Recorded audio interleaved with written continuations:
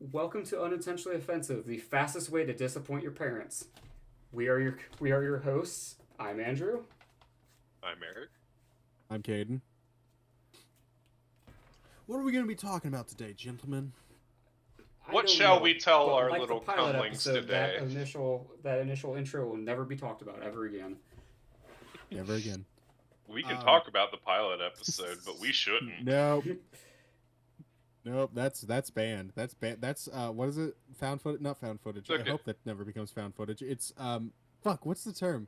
Cut content, not cut. we The word lost media. Lost media. It's lost lost media. media.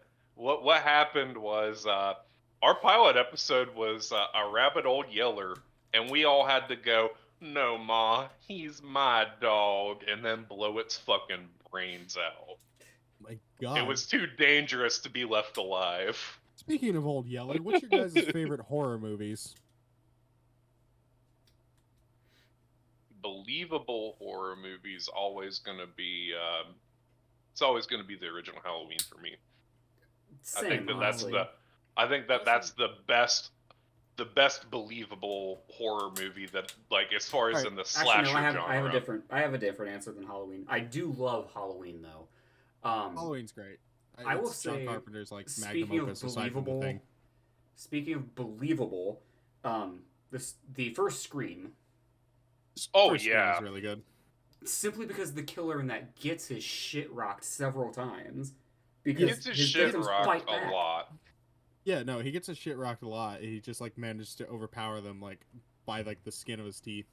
My favorite is the Stu is like my favorite killer in that just because of all the dumb shit he says, especially when he's like Is bleeding that the one out. that's played by Shaggy?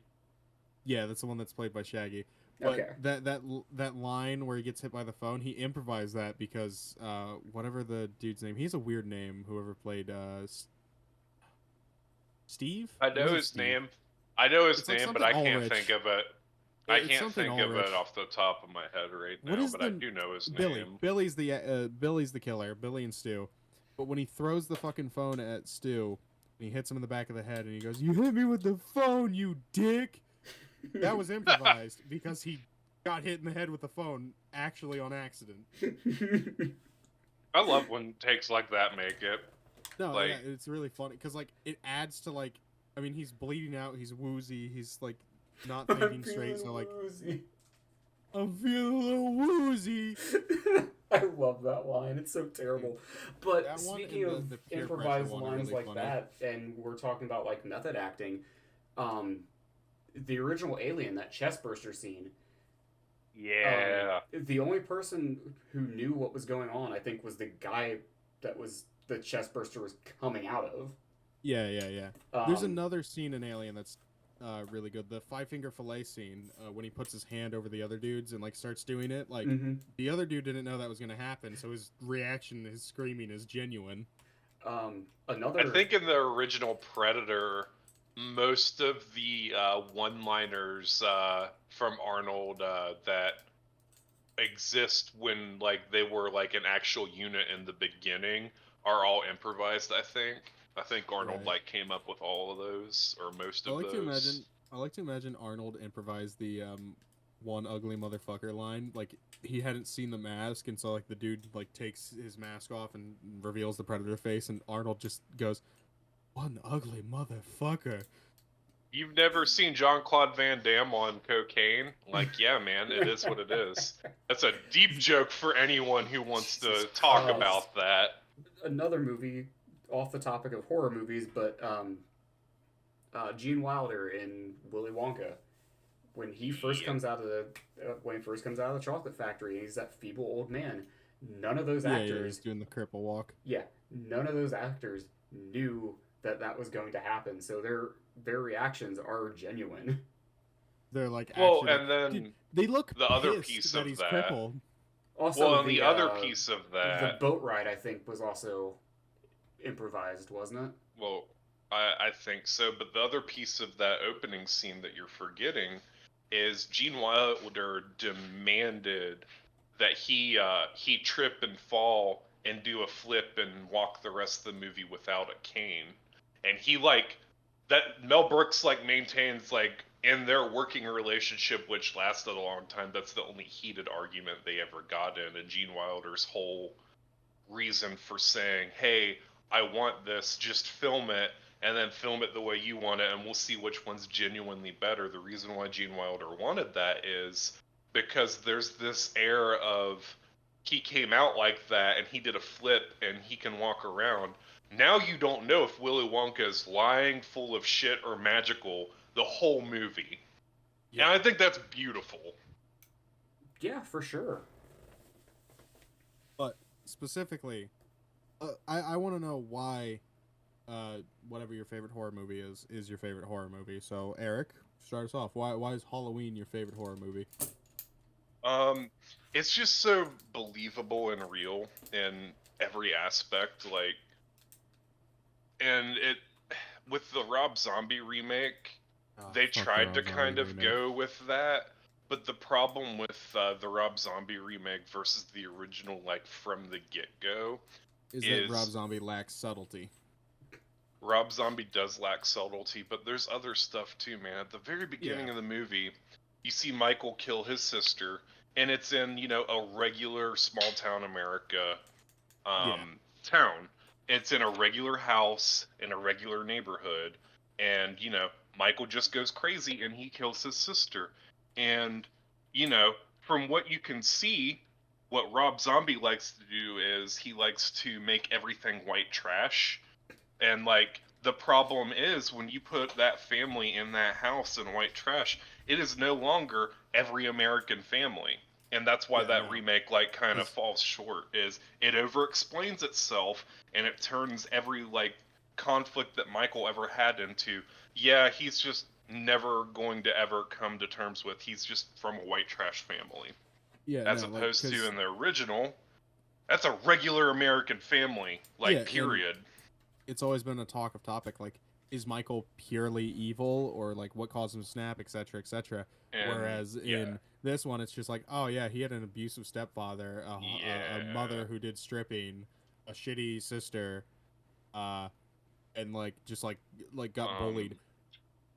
But yeah, and, you know, it takes place in Haddonfield, Illinois, and, like, again, like, for the time, understand that phrase is going to be a thing with this, like, my reasoning, and it's kind of long-winded, but for the time, in, you know, the 1960s, 1970s, like, that looked exactly like every small town, and, like, to this day, a little bit.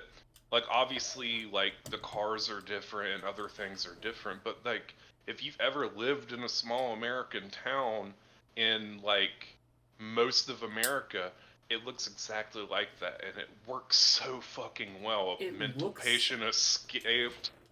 It looks like the street that I used to go trick-or-treating on. Yeah, and it's so identifiable.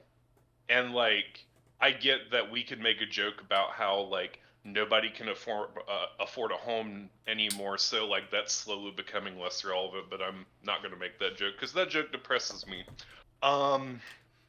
But, you know, it looks like a regular neighborhood, and the story's simple, man. A mental patient escapes, and they go on a killing spree.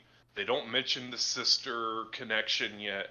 Dude's just killing in the area that our main...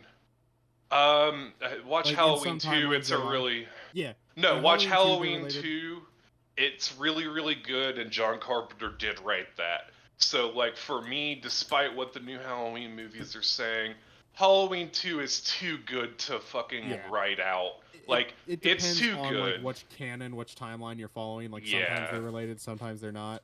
Watch the first of the new Halloween trilogy. The other two are kind of not. But like, if you're gonna watch a sequel, either watch Halloween 1 and Halloween 2, the originals, or watch Halloween 1 and then Halloween 2018. Because while they're not related in the 2018 one, it's still a good fucking movie. It's still a good movie. But yeah, the Michael Myers, a mental patient who is a human.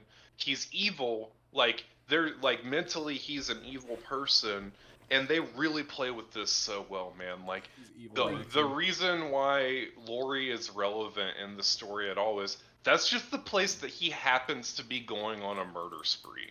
So like, there's no there's no happenstance. Well, no like circumstance. It's just happenstance, and it's so random that it could happen at any time, anywhere. Because again, this is small town America. Her neighbors, her best friend, that's her neighbor.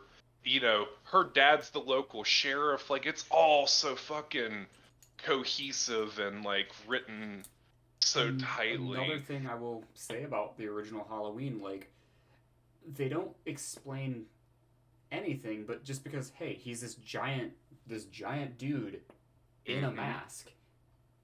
And Is he also is he shout out, human? Is it another entity? Is it, is yeah, it just a and really strong guy? And a lot shout of out to things the. make sense Go ahead. because, like, sorry, I don't mean to interrupt you, but I want to get this tangent out. Michael Myers is mentally like a 6 year old kid in an adult's Yeah, body.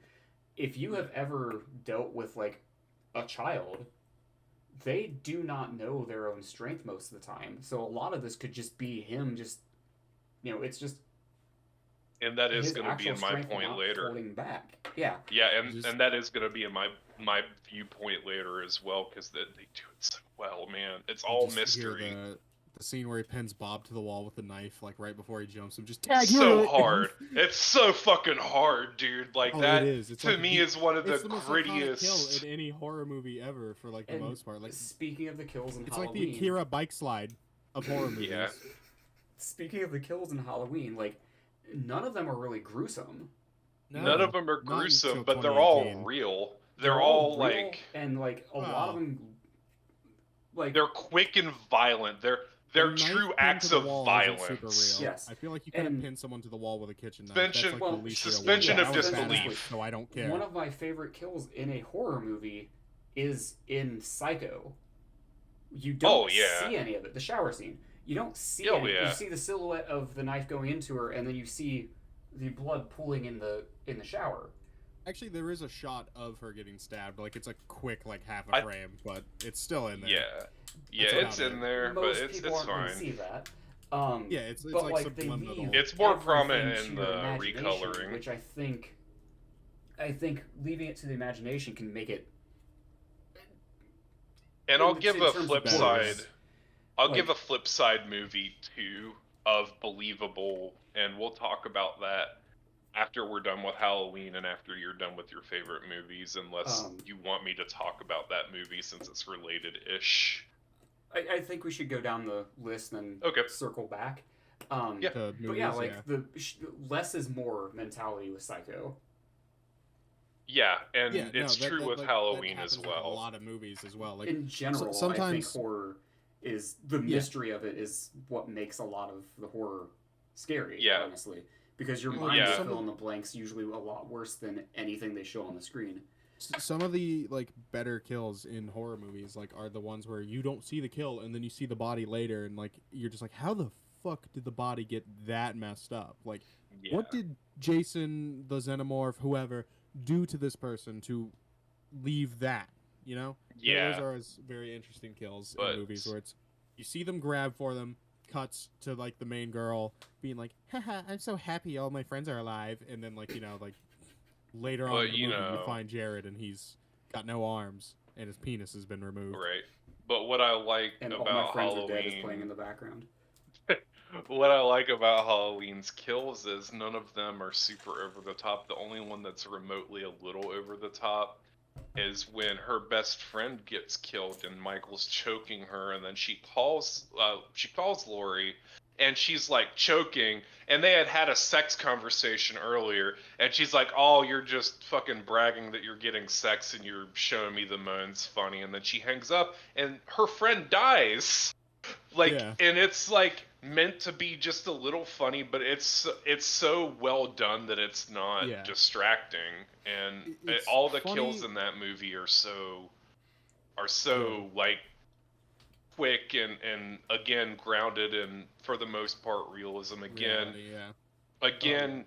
I think that you could really get just a regular kitchen knife and have that hold the weight of somebody? In theory, if you could stab through a person in a wall hard enough, yeah. If the I blade feel like doesn't the body would like sink down, like I know the blade isn't blade side up, so it Yeah. might not cut through. But I feel like the weight of a body on something that thin would, like, you know. Especially I don't when know. I've you've got already some. pierced it. I've got some Yeah, pretty I exactly. think good we need to do kitchen a Mythbusters knives, episode though. and get like a deer carcass or something. I've got some pretty good kitchen knives, and I know they make some really good kitchen knives, man. Like, I think that it could be done, but again, like, We gotta we're get a talking kitchen about knife how from strong is. 1978. Well, again, they made really good ones back then too. Like, again, like what it boils down to is it's not the knife that I'm thinking about. What I'm thinking about is, did Michael really stab somebody hard enough to get that handle to like all but go through the drywall too? And like he's like got the knife in like the wooden part of the wall, the brace, stud? not the. Yeah, like does he have them attached to the stud? Or like I don't know what it is when it's not the stud, but like the wood, because the stud's just the point where like the beam and the wood meet, or is the stud just all of the wooden skeleton in a wall? I don't know. I've never built a house except in Red Dead Anyway, Redemption 2. except in Red Dead Redemption 2. Anyway, You the built a kills house are in super Minecraft. good. Oh, The yeah, I did. the iconography in that movie is really good too, because Michael, like, full send, takes his mom's fucking gravestone and puts it on their bed. Like, full send. Like, that's strong. But That again, is like, strong, yeah. He is very How did strong. he dig it up? he's not Do so you think he strong pulled that it it's out with his hands? maybe, because here's how they bill it. This is the genius, and Andrew touched on it, man. The genius of everything that works with the Michael Myers character in that first movie is it evil inhabiting a body? Is he like it? Because if a demon is inhabiting his body, like Loomis suggests, then yeah, like Yeah. he has super strength, and he totally fucking just squatted that shit out. He just fucking walked up to it, did a squat, and went about his fucking knife. Just picked it up with one hand. And what I like is that it's all so circumstantially beautiful to where there is no feat that Michael pulls off in that movie that we see that is like superhuman. Because while yes, at the end of the movie, Michael does get shot 6 times via a 357, which is a big round. It's not unheard of though for somebody to live through that. 50 That's cent. like, well, again, this is a 357. This is a way larger, a Was it 357 6 for or 5 times? Loomis maintains 6 times because it's a revolver, but Also, did we all don't his know if bullets he hit him? missed. Yeah. We don't know if he missed. That's He a says big 6 piece. times, but I'm almost positive he fires 5 shots in that scene. It's a revolver. It's a revolver. Yeah. It's 6. Anyway, what no, it but is I thought is he like fired 5 times in that scene, but amounts saying 6. And I think that's what happens. I could be wrong. That there are like if you count the scene, it's bang bang bang bang bang, and not another. If bang. someone tells me they mag dump in a movie because of how movies like don't do guns justice, like I just say, yeah, they mag dumped and don't count shots. Like that's just how I am. And I know I'm saying mag dump with a cylinder, but it's the same concept. Deal with it. You fire until the gun don't fire no more. Yeah, exactly. So like, let's say he does get shot all 6 times. 357. For a lot of people who don't know a lot about guns, this is the round that has killed more people in the world than any other handgun round. It's a 357's handgun round used for hunting boar, isn't it? yeah. Yep. It is the minimum of what you should carry if you go into bear country, because 357 will pierce a bear skull. It's a very powerful round. But I count again, around. like what makes the 357 Oh, dear.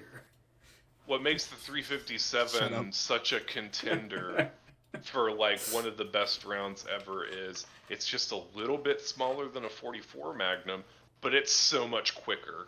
That velocity makes that round so deadly. And it's a big reason why is that's killed so many people. But anyway, let's say like Loomis hits all 6 shots. I could believe that somebody who's very strong-willed could live through that if it hits the right spots. But again, like maybe he missed because he was It was dark. terrified. Also, adrenaline. yeah, like he was terrified. There's adrenaline. It's dark, but again, like even if He's he got trying shit, not to shoot Lori. yeah, even if Michael got shot all 6 times, though, who's to say a human can't survive that? Like, there's nothing in that movie that like hard confirms or denies Michael being human, being being pure evil inhabited in human form. There's like they ride that line of mystery so goddamn hard, and it's so believable because this can happen anywhere. This could be a human, and it could happen to me tomorrow night. Like that movie just hits everything right. It hits all the right feels. It hits all the believability, and like to boot, it's also a really good movie. Yeah. Like a really good movie. All the And performances are done really well. Donald Pleasance, especially, like fucking kills it as Sam Loomis.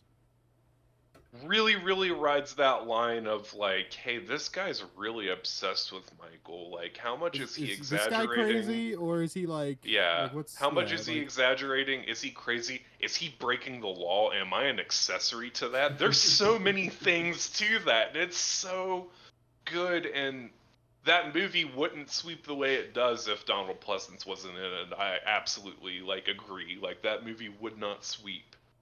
And like just the way it's directed too, because of it being so low budget, but like in the hands of John Carpenter, one of the most skilled directors ever.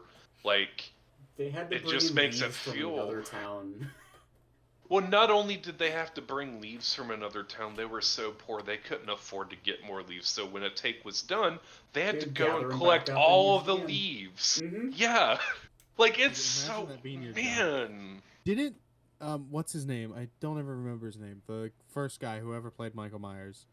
He did it Nick for like Castle. $20. Nick Castle. Nick Didn't he do it for like $20 Castle. at Something like Coca-Cola?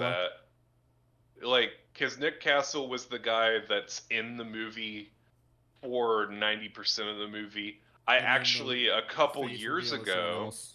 Yeah, a couple years ago, one of my best friends slash my old roommate that like got married, and I was one of the groomsmen for. Oh yeah, that did happen. Like, yes, that did Imagine happen. They wearing a did get suit, married. loser. Suits are comfortable, and if I were rich, I would wear a lot more suits. Because you they're sleep in a comfortable. I sleep in a birthday suit. Good joke. But anyway, Did you the just guy who compliment did your the own fucking joke? yes, I did. The guy, Loser.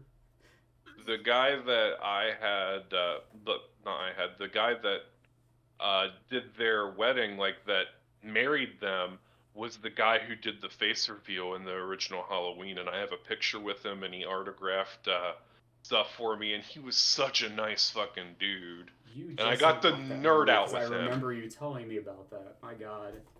And I That's got to actually really nerd cool. out with him about that experience. I'm like, hey man, like I know you probably get this all the time, but like this is what this meant for me, and like how special this movie is to me, because like when I was in high school, dude, like I was kind of a loser, like everyone in here. Like Hey, Shots people fired. liked me in high school. like People liked me everyone in in high school. here. Like people liked me, but like you know what I mean though. Like I wasn't Yeah. popular You and didn't all fit in that, with any of and the cliques. Well, hey, all right, yeah, listen. Here's the just thing, my though, group like, of friends. Here's the thing. Just my One, group of friends. Eric, you're 43. Like, No, I'm do not any of those 43. people, shut up. You're 43. Do any of those people in high school matter to you nowadays? Like, do you talk to any A of them aside couple from of the them, people yeah. you were friends with? Couple Aside from the of people them, you yeah. were friends No, with. but like again, like I need to set the scene with it, and you're interrupting, and you're being a fucking loser. I almost said something way worse, and our editor would have been angry with me. I would have written down the timestamp for him. But You can't call me that. I didn't give you but the F. stop being a Stop stop being a. But anyway, I explained to him, you know, like because of my upbringing, like I was also like I lived in the woods basically, and I didn't have a lot of friends or a lot of confidence, and I didn't drive until after I graduated. So like from the time that I was like 14 like maybe well no, more like from the time that I was like 11 or 12 till I was 19. Like my highlight of every year was Halloween when all the scary movies would play, because those were the funnest movies for me, and I got to nerd out with him over that. And like he like really appreciated it, and his handler, manager, or whoever she was, like gave me compliments like the rest of the day, like made it a point to like come up to me. And like, now like in my mid 20s, like that's happening. I'm like, whoa, that's cool. That's cool. I didn't mean for all that to happen, but that's really cool. But yeah, got to meet one of the original Michael Myers people, and like that was a super highlight for me that I didn't know like was gonna happen, because originally they were going to have the singer from Priest. Is it Priest or is it Ghost? I think it's Priest. The only thing I can think of priest-wise is Judas Priest. I gotta Google I hope this it now wasn't the because guy it's from Ghost, bothering because me. he's an asshole. The guy that does the fucking satanic pope look. Judas Priest? No. That sounds like Ghost, honestly. I think it's Ghost. Let me Google it real quick, so Was I his don't name get Tobias it wrong. something or other? I don't remember names. Yeah, it's Ghost. Originally, they were going to have him like wed them, but I guess that fell through. And until like the day that they got married, that's who I thought, and I didn't care. Well, no, not until the day. It was like 2 weeks before they got married. I didn't care. I was like, it'll be cool. I'll take some pictures, whatever.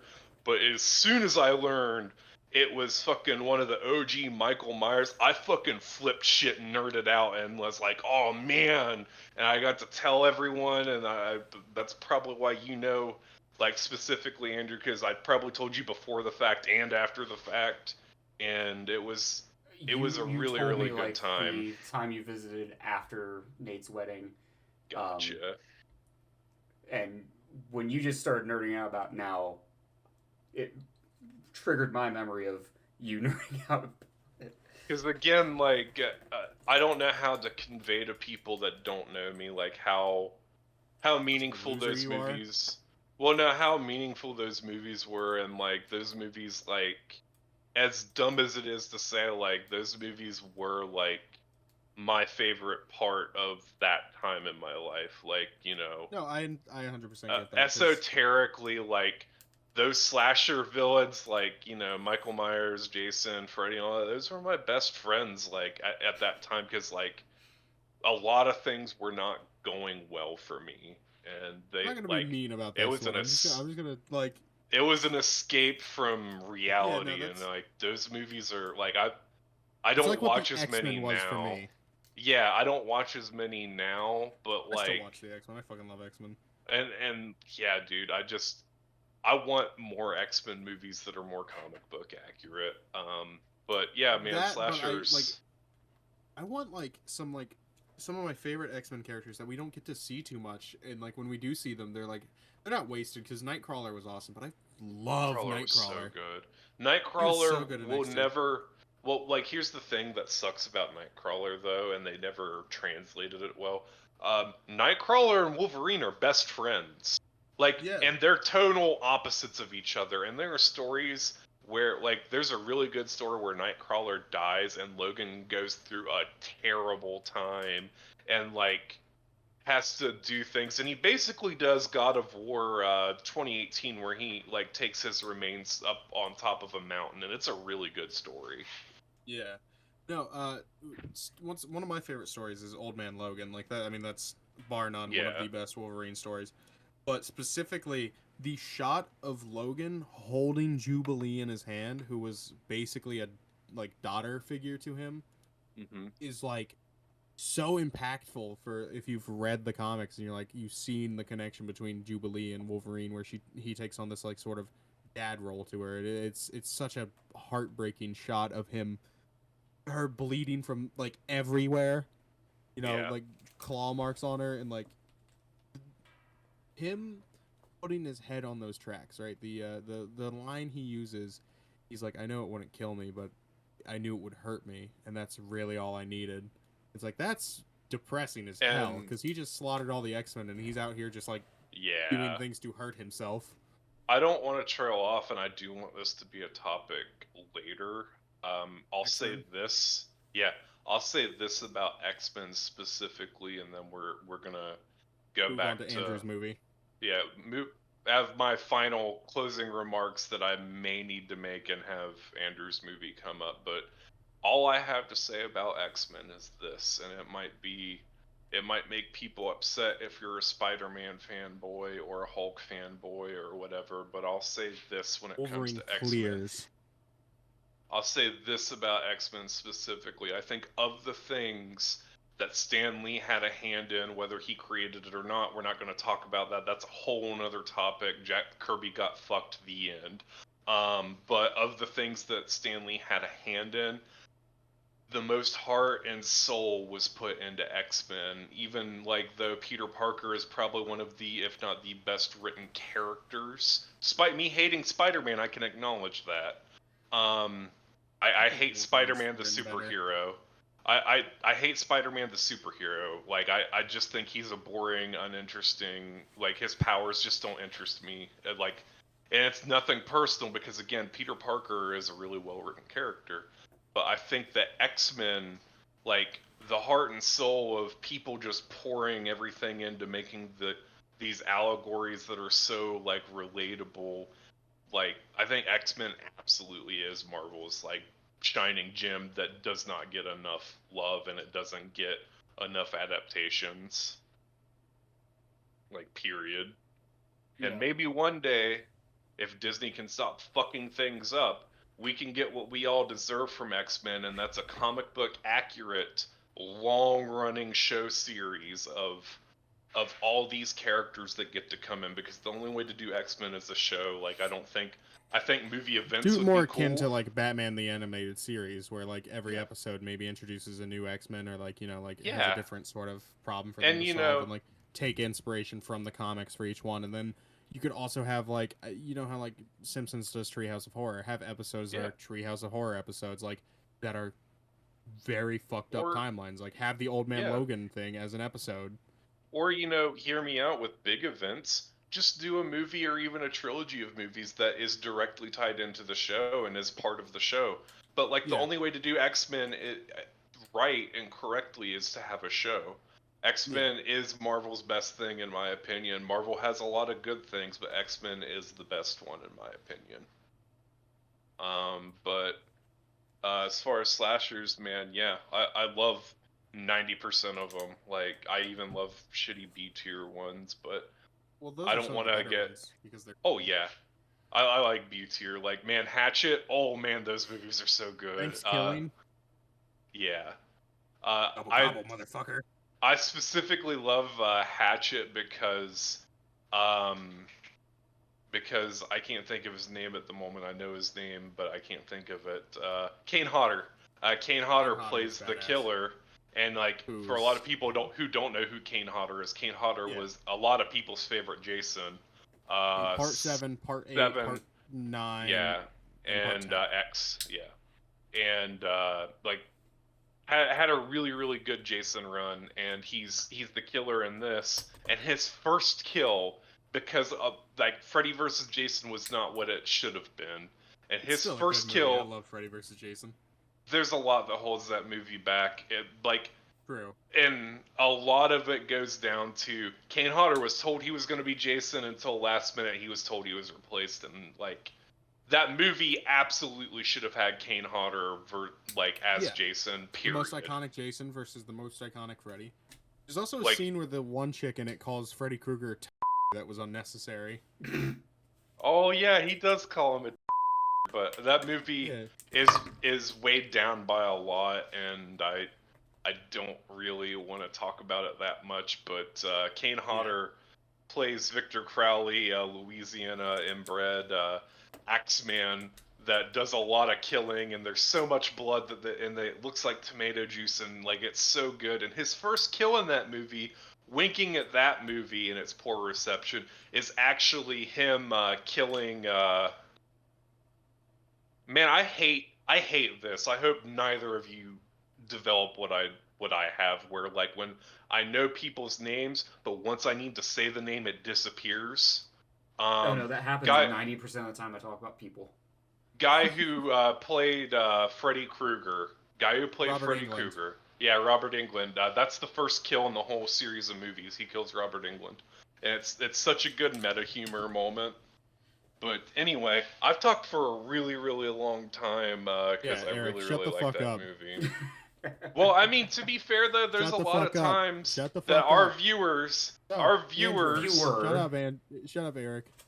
our Go. viewers can fucking say that 90% of the time when I need to talk about stuff, I get interrupted and then I don't finish my thoughts. That's happened a lot. Yeah. Okay, So- I'm bad here's at the that. thing, Eric.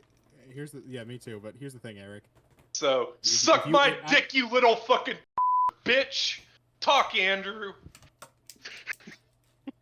Go to the Making a timeout note corner, real quick. Eric. Making a note. He's gonna bleep the word so it sounds like the word. Anyway, Talk, Andrew. Okay, so Eric, shut up. back on the Andrew, relevant favorite horror topic of movie. favorite horror movies. And why? And why? Alien's pretty good. Alien's pretty good. Shut up! Shut the fuck up! This isn't about you.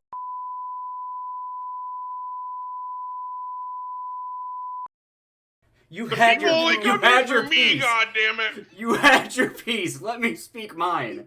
You've had like half an hour of peace. But you suck my piece. Okay, Andrew, take it away. The cumlings want me, goddammit. By the way, Alright, that's what I'm so- calling our viewers. There are cumlings. We've already got a name for them that is not gross. I don't care.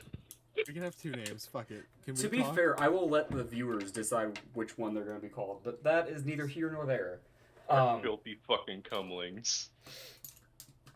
Talk, Andrew. Am I finally allowed to now? You've been allowed to. Just tell Eric. You've been allowed to.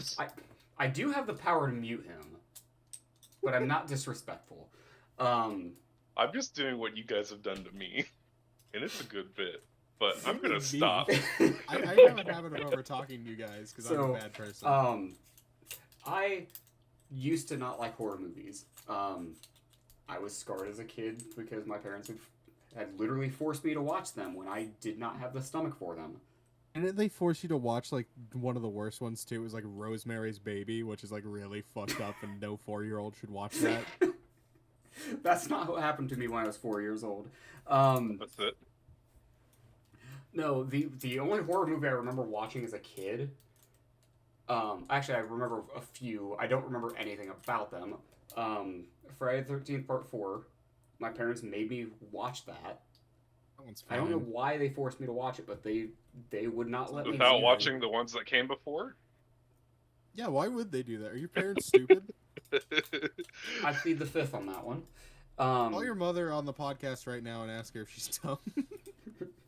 She's probably asleep right now. She used to work first shift, so she's probably asleep. I also gonna remember interrupt. having to watch Pet Cemetery, the original one, not the remake.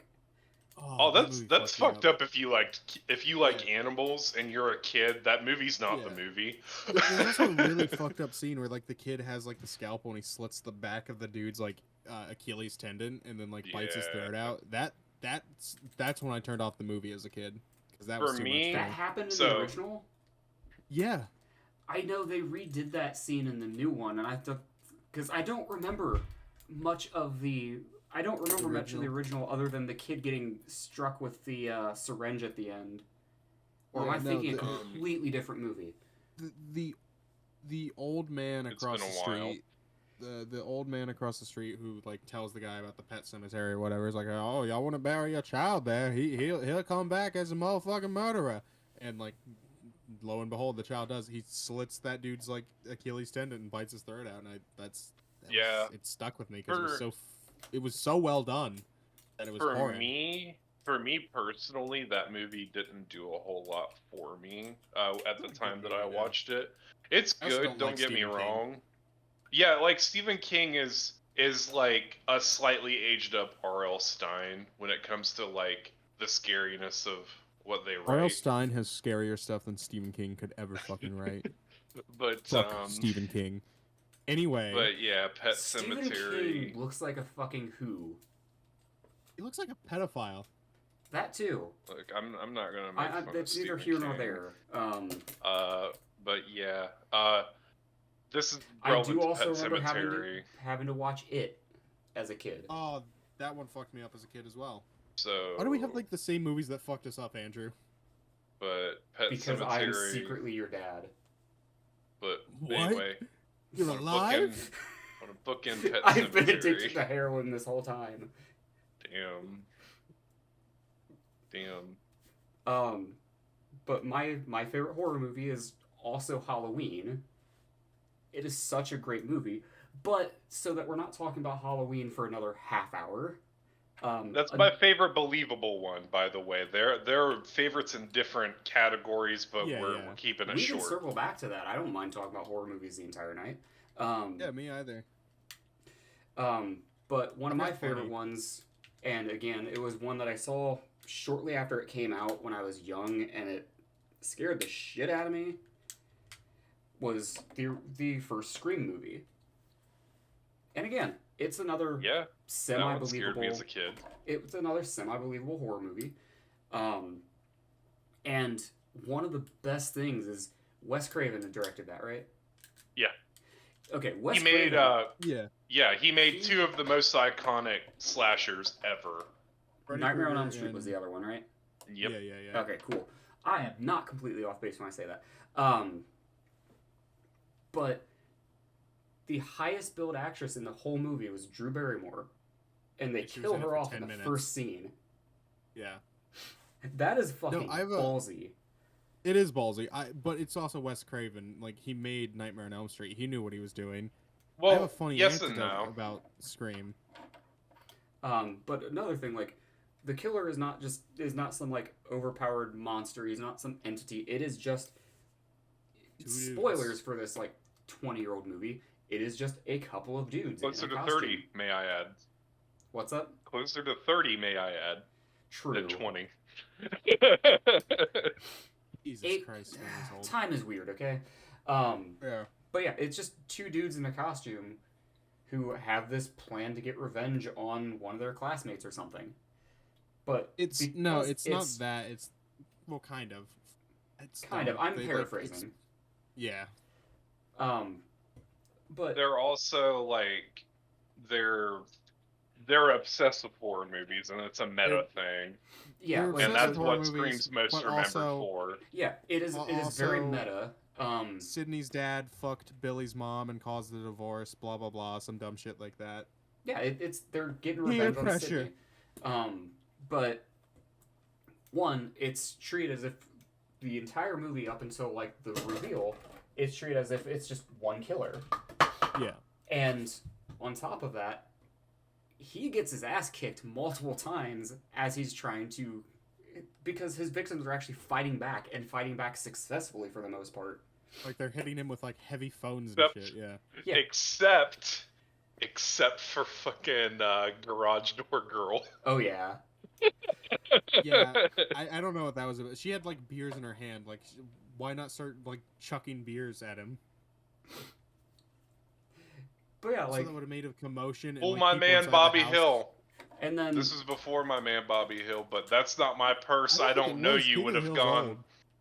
Well, no, like that like episode specifically though. that episode. But my man Bobby Hill would have just that's not my that's my purse. I don't know you. Fucking would have got a long way against Ghostface, my man.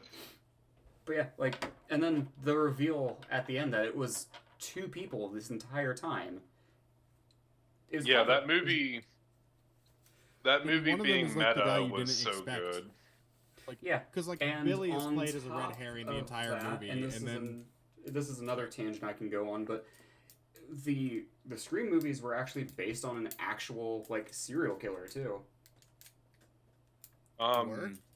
Halloween being based in Illinois. When I say based on, it was like I'm sure it was more Loosely. inspired by rather than Right.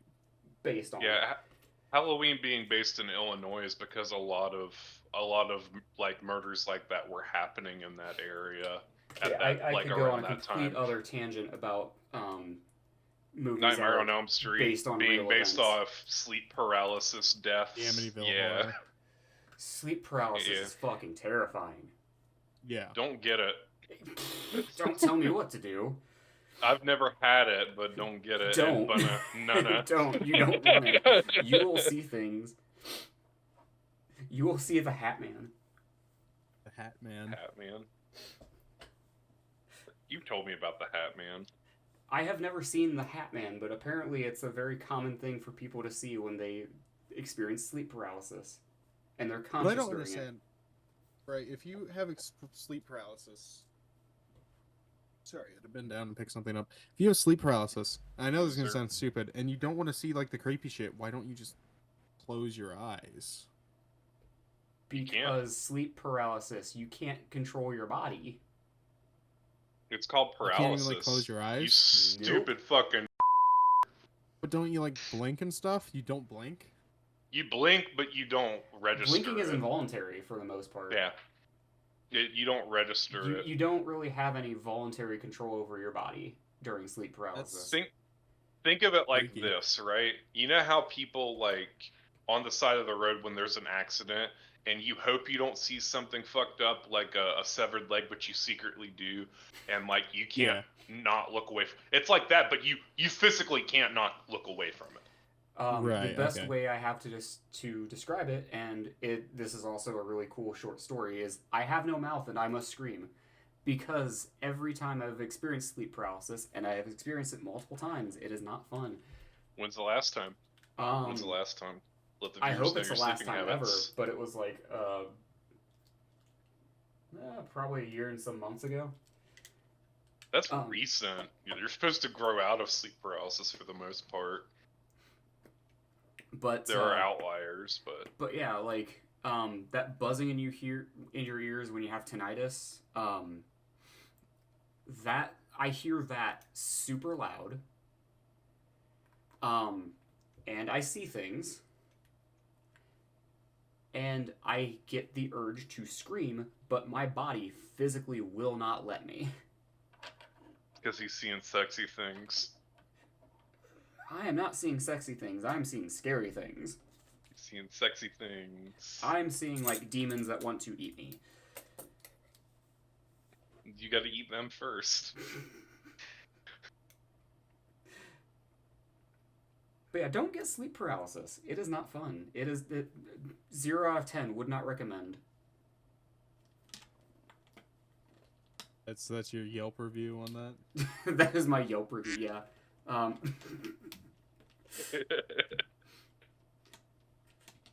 Eric brought up a good point of like, you know, there's so many different genres of horror movies. And that's the thing. I don't really think I have a favorite horror movie. Like I have a favorite in a genre, but even then that's so like it changes so frequently. Mm-hmm. Like cuz cosmic horror, goofy horror, like stuff like that. Like I would consider Scream. It's both realistic, but it's also very goofy intentionally. Well, yeah, because that's super meta, and like, yeah, that's what Wes Craven for that movie. That's what he's praised for. Is like meta, he acknowledged a lot of the. It's a horror movie you can take at face value, but it is also like it's made for fans. Satirical take of horror movies. It's made for Maybe fans of horror is not the right movies word for it, but because like people. Well, we're all in on the joke if we're fans. Like, yeah, they've been doing this dumb shit for like 3 decades. Like, yeah, I know that. I've seen that happen in a horror movie before, and he like always twists it in that movie. And yeah, and like, there's even a that's what's character good. there's even a character that's like, everyone is a suspect. yeah, like, and doesn't he die in the second Randy. movie, or is it the third? He dies movie? in the second one. Okay. He dies in the second one. have Billy not seen the Loomis's third one mom kills him. I've not seen the third movie. I just know the screenshot of Courtney Cox's really bad haircut in the third movie. Courtney Cox is beautiful though. Doesn't That's save okay, her though. from the shitty third Scream movie. No, but I'm not talking about bad horror movies. I'm talking about speaking good of ones. Scream, I do want to watch the newest one that came out because of No. the trailer. Well, It's like lame. It probably is, but man, the trailer where like he chases somebody in a gas station and he knocks the shotgun out of a dude's hand, and Ghostface with a shotgun just blows somebody's head off. Like I was like, oh shit. Like, Michael Myers okay, killed someone with a shotgun in a Halloween film. yeah. Halloween It's is my favorite kill in any Halloween movie because Michael Myers picks up the shotgun, and what do you think he does with it? Shoot the guy? No, he stabs him with it. He stabs him with the shotgun and pins him to a door or a wall or something, and it's really funny. To be fair, his normal method of murder was a knife, so yeah, exactly. that tracks. It's really they've funny. done so much with Michael Myers, and a lot of it's not good. But I will say, genuinely, there are good moments in every. Like when Buster Rhymes beats up Michael Myers. Oh yeah, dude, that shit so was fucking fire. That shit Dude. was fire when he gets in an actual fist fight with them, like, and it's taken seriously. It's a fist fight. It's hand to hand. It's implied. Yeah, don't at me. Don't be pedantic about it. 10 it. times funnier. Pedantic. Like words. A fist fight, yeah, it's fine. Bro's all but playing. It was kung fu fighting in the background. Exactly. Like Buster Rhymes, like pulls up on him with the fucking SpongeBob hand-to-hand combat style, and wins. He like chucks him out a window or downstairs. I don't remember which. I think he Leon S. Kennedy spin kicks him down a flight of stairs. But that movie's also like, to preface, really shitty. Well, no, to preface, that movie is like Jason X, and it's like most of the Scream movies, where that movie's meant to be super meta, and Yeah, because of that, everything. Yeah, because of that, like, while it's like it comes across like face value is not a good movie, it is in that same realm where it's an enjoyable watch because of that. Yeah, it's enjoyable, but it's not good. It's stupid and it's entertaining. That's really all it needs to be. Exactly. It's Caden's like, mom. It's like one of my favorite horror movies, and I'm just gonna go for the subcategory genre, zombie movies. I love the Resident Evil movies, like all of them, like the Mila Jovovich ones, the one where Chris Redfield can't aim for shit at point blank range, like all those CGI ones are really good. The newest one, Welcome to Raccoon City, was really good. They're all fun movies. They're not great movies, but I'm a big Resident Evil fan, and I really like those movies. Yeah, like, as a fan of the Resident Evil games, like, the first Resident Evil movie with Mila Jovovich was fine. It's really good. Yeah, it's fine. It's borderlining on good, in my opinion. For video game movies, it clears. But yeah, for a video game movie, it is great. For a regular movie, it's okay. For source material, it's almost good. The second one's really good. The one where it's in Raccoon City is really good. It's got Jill in it. But in my opinion, Nemesis. like, the rest of them are just kind of like, turn off your brain, kind of forget that they're associated with Resident Evil, and you'll enjoy them a lot more. Like, yeah, they mimic the Wesker fight scene where, like, he actually like 1-to-1 they recreate him throwing the glasses, Chris catching them, and then getting punched in the face, and that's really funny that they decided to do that. But one of my favorite genres of horror movies are found footage films, and I go back and forth on it. It really depends. It's easy for them to be trash. It's very easy for them to be trash. Which is why when they're good, they're really good. Creep and Creep 2 are both really good, but that's not what I'm going to be talking about. Grave Encounters is like my favorite of all the found footage films, and the only reason why is back in the early 2000s. You remember all those shitty ghost hunting shows that would be on like at 2 in the morning? Yeah. It's like, yeah, we're the ghost butt fuckers, and like, you know, they're like, it shows like their names pop up and them doing some. Andrew watches a lot of that still, don't you, buddy? Do you actually watch a lot of those ghost hunting shows? I do not. Not voluntarily. My roommate is obsessed with like these ghost hunting shows. Like, I don't mind watching them like once a month. Maybe I watch a few episodes because it's like, okay, that's fun. Okay, I had to Google something because found footage triggered a core memory of mine. Trash movie I saw. I'll talk about it later. Okay. But I really enjoy Grave Encounters because it takes the premise of, oh, these shitty ghost hunting shows, they know that everything they're doing is fake, and so they go to this location that's haunted, and the dude, like, on camera, he's like, yeah, I'm, like, and we're gonna find us a ghost, and then, like, the camera cuts, and he's, like, the most jaded motherfucker ever because he's just, like, so fed up with, like, not finding any proof. So when this asylum that they go to is actually haunted, he's actually like super excited, and they're getting it all on camera and stuff, and it's really cool. And then they're trapped inside the building, and it stops being funny. And the visual effects in that movie are not the greatest. It's not a very scary movie, but it's a very fun, like, take on a ghost hunting show gone wrong, and I really like that.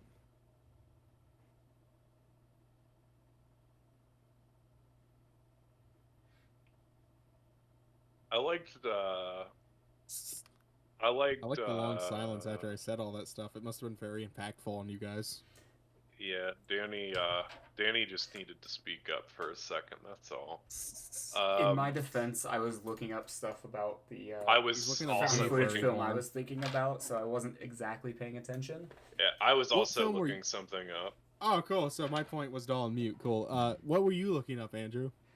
So this was probably about 10 years ago. Jesus fucking Christ, time You're is. old. I am. There was this movie that me, my roommate, and some friends of ours went to see in theater. I think theaters. Called The Gallows. It was a found footage movie. Oh, that movie fucking sucks. Yes, it did. It was terrible. But it was about, there was this high school play that back in the day the kids did, and the actor who was supposed to be hung on the Yes. yeah, he was supposed to be hung by a noose, but something happened during the play, and the kid actually hung himself. And like 20, 30 years later or something, that school decides to reenact it, and like the day of the play, the kid gets sick, and either somebody else gets hung because of it, so they have to go back into the school to figure out why. I don't understand the whole premise. It was not a good movie. It's I really didn't dumb. follow it. Yeah, and then it ends up like the whole, like the way the movie had to be resolved, like to stop the haunting, the initial kid that was supposed to be in the noose during the play had to hang himself. And then It's really dumb. yeah, and then I think there was like it was either like before the credits or an after credits scene where the girl, the female lead in that, goes back to her house with her mom, and they're talking about it, and like it was all a plot to sacrifice this kid to a demon, and then cops show up at her house to ask her questions, and they like turn into demons and kill the cops, and it just fades to black, and it's like none of that made sense. Really dumb. Like, I didn't even know about that part of the movie.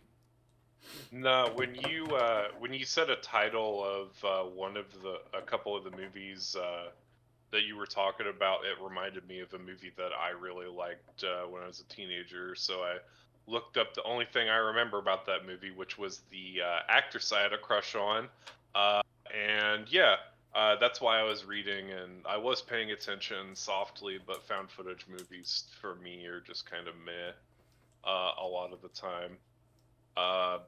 Most found footage movies I've seen were trash. Yeah. It's all Which about the you're allowed premise. to like trash. You are Yeah, no, allowed to like trash. I love B horror movies a lot. B-horror movies are good. I don't know. I don't really have, like, a discernible favorite horror movie. I guess, like, Mandy is pretty high up there, though, on my list, because, like, Nicolas Cage kills it in that performance. I'm not sure if you guys have seen it or not. I've never even heard of it.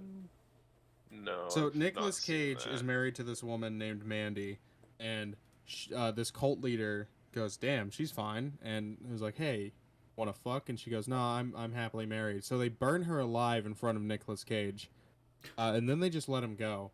And so he goes into his bathroom in nothing but a t-shirt and his underwear, and drinks like whiskey for like a 3-minute scene of him just like screaming and drinking alcohol, and it's like, You know, a Done nightly very well. ritual. Yeah, very Nick Cage movie, but it's also like his wife did just get burned alive in front of him. That's a pretty human reaction, kind of. Uh, and so he just goes on this murder quest to kill this cult who summoned these like BDSM bikers from hell. And one of these bikers' names is Fuck Pig. That's not an important detail. It's just an interesting detail. And so he kills all these bikers. Basically the whole thing is like Nick pick Cage any watched The Crow and said, "I'ma make that," exactly, pretty much, and and I'm like not that's mad exactly about what he that. does. You got me wanting to watch it because The Crow's Oh, my dude, favorite movie of all time. he forms this axe out of. There's a chainsaw fight. He fights someone with a chainsaw, but he forms this axe out of like chrome, and like it's a really shitty looking axe, but it also looks really badass at the same time. It's if you have But not yeah, you seen sold me Mandy, on it. watch Mandy because it's like it's a Nick Cage film. That's all you need to know. Have fun. But yeah, um, and again, the reason why I didn't, well, not again, but the reason why I didn't say The Crow's my favorite horror movie, because I absolutely hate when people say that's a horror movie. Yeah, it's a horror action movie, movie. it's a horror movie in the perspective of the gang he's killing, sure, but it's not a horror movie. It's a really good story, Yeah. but it's not a horror movie. What about what about least favorite horror movies? What's like number one, like will not watch this horror movie ever again? Um, I can't think of I'm one going to that. say just genres, body horror, Yeah, and that's fair. anything that's considered gore porn. Like anything that the whole premise of the horror movie is we're just going to gross you out by showing really incredibly brutal and incredibly detailed scenes. Not for me. There's a kind of body horror movie that I really liked called American Mary. I enjoyed that movie a lot.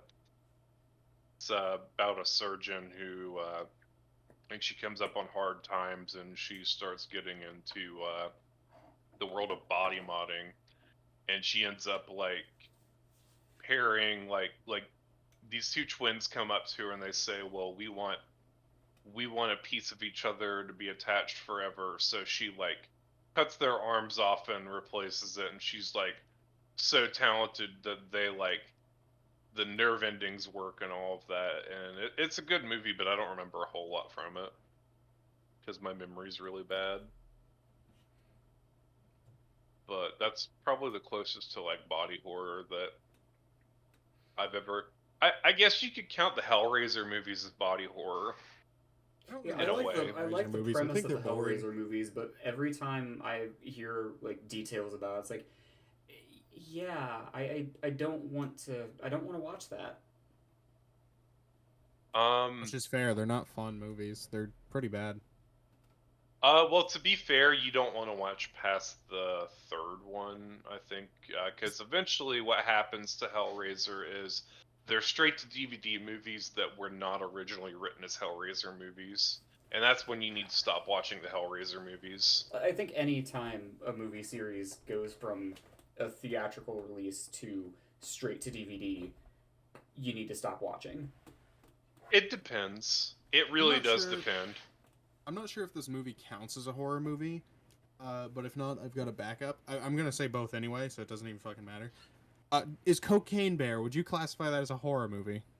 I would say it's a bad movie, based off It's a of very bad movie. they marketed it off of being based off a true story, but here's the piece, right? So Bear does find really bold.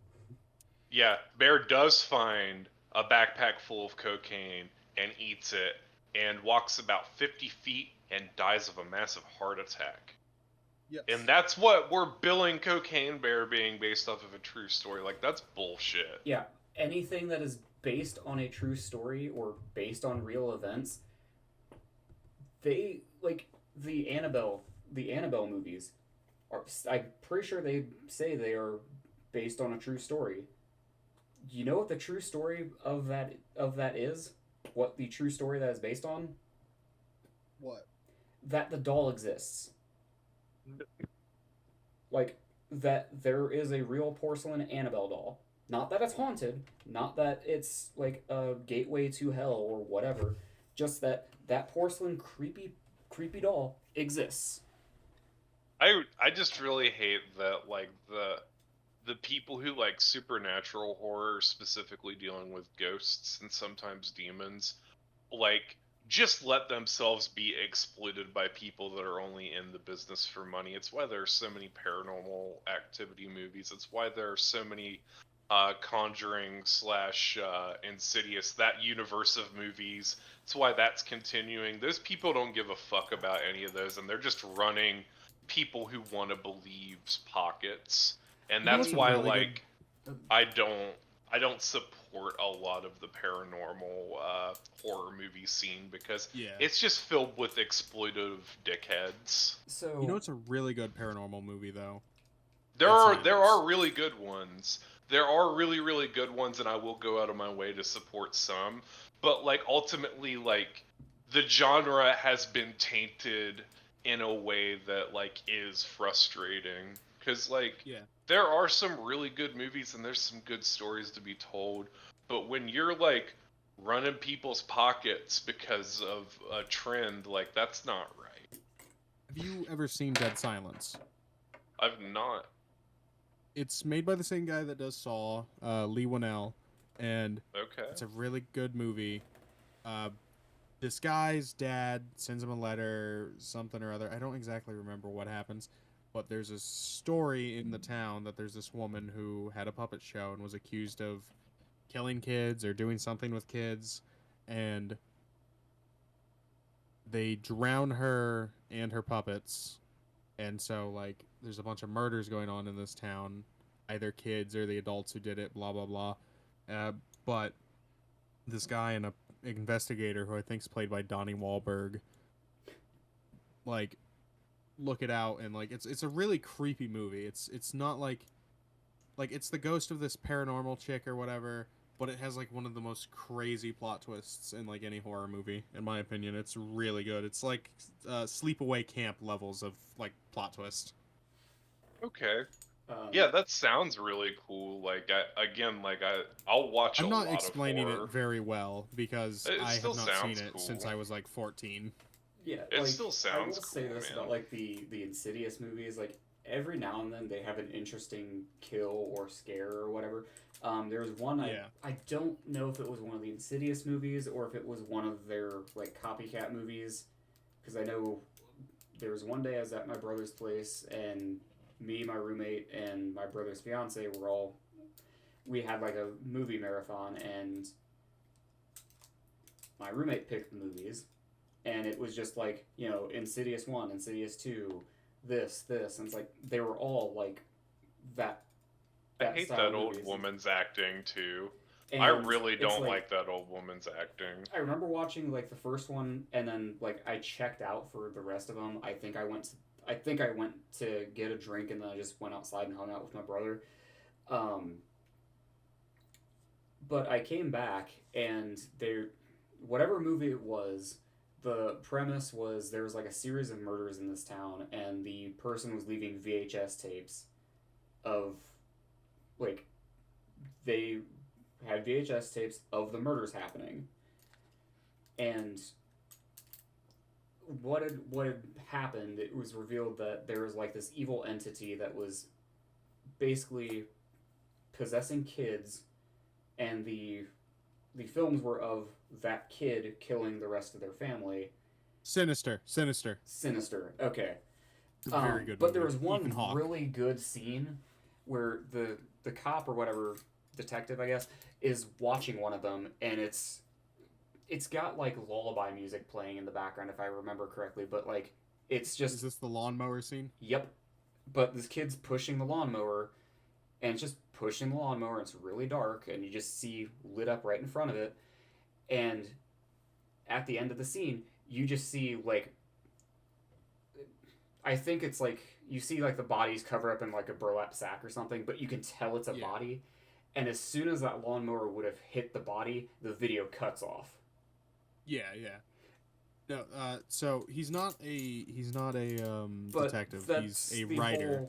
whole less is more thing Yeah, made exactly. that scene That movie is great. so great. And the second one fails so hard. But Ethan Hawke plays a writer in that movie, and like he buys that house because of all the stories he had heard in it, i.e., everything that's happened to those families. And his wife like doesn't know this until a bit later, and she's like, "Oh, you're a fucking asshole, dude! Like, you did this to write your book, didn't you?" And he's like, "Yeah." And it really backfires when his entire family gets killed by their child. I think that's how that ends, right? I think it's been so. so long since I've seen. But I yeah, know Because like, I think the opening scene. I think it's one of those movies where like the opening scene is actually how the movie ends. yeah. It's like 'Cause a I- But yeah. Amityville horror kind of. Like the whole family that dies. old blonde lady that's like not a knockoff version of Hillary Clinton that everybody loves in the Insidious movies. I just hate her acting. The only thing I've remotely liked that she's been in is The Quarry, because her performance was funny, and it's everything wrong with like how she acts Now, when you in say The Quarry, are movies. you talking about a movie or are you talking about the Dark game? Anthologies game. Okay, you are thinking what I'm thinking of. I need to play that. I've never played it. Because those games are bad I in have such a an special idea way. for the show. Are Yeah. they made by the same people that played Until or made Until Dawn? Yes. Yes. I They're almost so- said made by the same people who played Until Dawn. That's We really should play one of those games on stream. That would be really cool because that would Because I have 'Cause most of them the- through PS Plus. The Quarry Fuck. and I can't can, like, make stream. just- I can't screen share my capture card. you might be We'll able figure out a to way. stream that through. We'll figure it out. If not, we'll buy it on PC. It's fine. Are we gonna have to like? Are we gonna choose like the decisions like for Yes. certain characters? Like, Yes. oh, I get this 'Cause character, there you are- get that there character. And we is- can get each there other is killed. Multiplayer. There is multiplayer in. Starting from Man of Medan, there's God. multiplayer. Okay, because I know there Are was there? some in Is it Little like Hope. 3-player or is it? I think it's like, up to 3. I think some of them are up to 3. I think Man Some of up, Medan is 2. some are up to 4. I think some are up to 4 or 6. We're just gonna need the game that is like 3-player at the very least, so that way we can. Well, Little like- Hope I know is. Little Hope's good. I still maintain that The Quarry and I would like to play House when of Ash House of are, Ash I like, haven't my played, two The Quarry favorite. I haven't played. Little Hope I've seen a playthrough of, so I know the twists. I would like to I- play one that I I've played haven't none of these. played. I just know Until Dawn. Until Dawn is great. I've played and or watched all of them be played, so like But you they have a are shitty coming out memory, with a so- new one. They Hmm. are coming out with a new one. Ooh. And again, like to preface, yes, I understand that those games like aren't like good, but they're this specific B type of horror good viewer. I feel like That's out there. Though. Yeah, Yeah, I think yeah, that's no, a they're in style. on it. They're Yeah. in on it, man. Yeah. They are. Like Until Dawn was like surprisingly really good. It's not B horror, and then like everyone else shits on their other games. It's like I feel like it's intentional that they're making them like somewhat campy. You know, I had like a What's- love-hate relationship with Until Dawn. Like, I like the twist that. I like the eyes. I like the eye Oh decision. god, yeah, because if Where you like, can make rapidly the go, fucking- if you rapidly go between the two choices, their eyes will just go fucking nuts. I did not know that. That's really funny. Um, Just like spinning in circles. I hit Yeah, them. Well, Yeah. not spinning left to right, I think. Yeah, Yeah. back when I could post video from my PlayStation to Facebook, I had a Facebook page or Facebook post of one of the characters going back and forth between a decision. It was so funny. I know a lot of the hatred that people spew about those games stems from they made Until Dawn, and that people wanted a sequel of Until Dawn. But here's the thing, and they like came out and said this. Like, first of all, the issues with making an Until Dawn sequel is it has a lot of endings where a lot of people don't make it, or everyone makes it. So to make a There is an ending continuation where of it, nobody lives. yeah, and Yeah. to make a That was continuation. the first ending I got. Oh yeah, because you have no idea that you're gonna blow the cabin up. You Yeah. have no clue. You have no idea, and if you If you everyone's react in too it, they soon- all die. Yeah, I had every person surviving until the very end, and then Oh my god. I do the quick time event wrong. It's not a quick time And I event, but love like that. I do the thing wrong, and the cabin just explodes, and everybody died, and it was And I love fantastic. that so much. But they said to make a sequel to that game with those characters would be super difficult, and it would be, because you don't know who lives, who do you focus on, and if you focus on the wrong made a rail people, shooter. yeah, they did. Oh yeah, they did. But it was a if VR like rail shooter, wasn't it? Yeah. If you focus on the wrong cast of people, though, like you're not gonna make everyone happy. And then the big elephant in the room, and they also address this, is look, facts are facts, kiddos. They got their start with Until Dawn partially because they made an exclusivity deal with PlayStation. So like for them to make a sequel, they would have had to have been tied to PlayStation for longer than they wanted to be, and they wanted to make games multi-platform so that they can make a lot more money. So like there's never going to be an Until Dawn sequel. Grow the fuck up. Those games are really good, and stop dogging on them because they're not Until Dawn 2. Yeah, Like I feel that's like if they wanted that's to what do that an Until boils Dawn down to. 2, like, and they were like, well, how do we do the characters? Why not just like, because I'm sure they have those The files anthology format is perfect. somewhere. It is so perfect. It is perfect. But I mean, like, I feel like if they wanted to do an Until Dawn 2, they could easily like go to the files of like the first like year of the game. Maybe not the first year, because most people would, like, at that point, like maybe the first month or two, and be like, okay, so this is like the characters that most people kept alive, and these are the characters that most people got killed. We can work with this, and that's how they would do the cast, if anything. I feel like. I Or, think you what know, they would do what is Dragon just Age do something, do like a similar story, because spoilers for Until Dawn. When Came out almost a decade ago, by the way. Almost. Yeah, I know. Jesus Time fucking is Christ. so weird. But yeah, the Wendigos. People were eating people, and their spirits got turned into these monsters. Native American folklore. Yep. So why not just do like another like group of kids are out on vacation? And this is a bad idea to do it this way, but like basically, but take another group of people who are together for whatever reason, and just do a different type of folklore.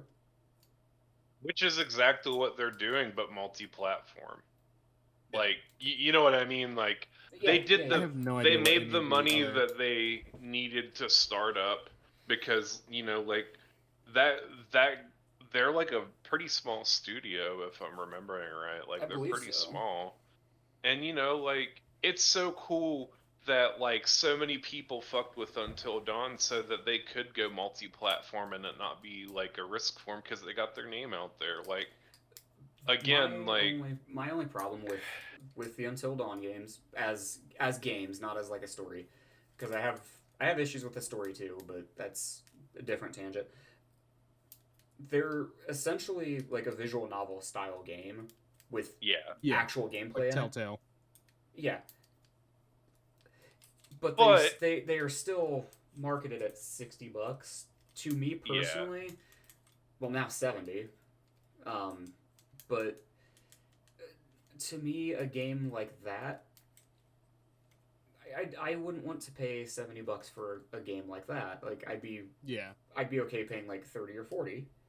But like I will say this, like with these games, unlike with Telltale, at least at the bare minimum, there are stakes, and every single one of those characters can die in very gory, brutal ways. And there's no plot armor. Like, there is something to be said about that, in my opinion. Spoilers for game mechanics. Two of the characters. Yes. But I'm lifting the veil on game mechanics. In Until Dawn, two of the characters do have plot armor up until the very end of the game. Yep, they do. But they can still die. That's what's great. Yeah, they can still die at the very end. I forget the guy's name, but he's the guy who looks like Nathan Drake, and then I think not Nathan Drake. Yeah, not Mike. Nathan Drake. What's his name, Mike? I think his name. Yeah, his name was Mike. I don't remember any of the guys' names. I remember one kind of looked like Chester Bennington, but like heavier set. And the other guy looked like Nathan Drake. And then the only character I remember the name of is, I believe her name is Sam. And that was the girl. She's the main character of the game. And like she's the one character who cannot die. Well, her and Mike, if that's his name, are the two characters who cannot die until that very ending scene. Yeah, because there are times that like I did a second playthrough and a third playthrough where I tried to kill Mike because like in the There's a hospital, spot where he can get his hand stuck in a bear trap. yeah, in the hospital, it sure as fuck looks like and feels like he can die the whole time. And that's the thing, like, up until you realize that the plot has to have those two people in that last scene, you still feel like they can die. Like, Yeah. Sam, she's getting stalked by, I'm so proud my what's first his name? playthrough. The dude with the funny mask. Yeah, Josh. Josh. Yeah, Josh. Um, Looks like Josh she's- Peck kind of too. I think he looks like Rami.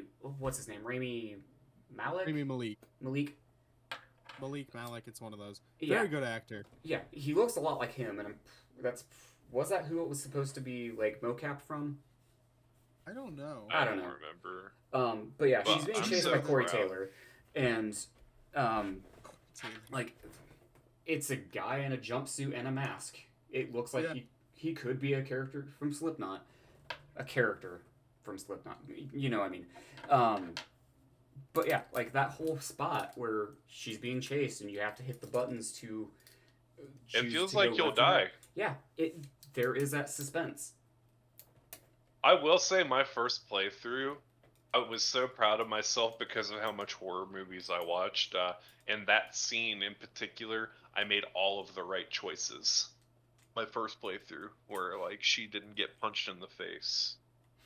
It's funnier when she gets punched in the face though, because like while I don't condone domestic violence, I do find it hilarious in certain scenarios. I think you get punched in the face if you stab him with the scissors.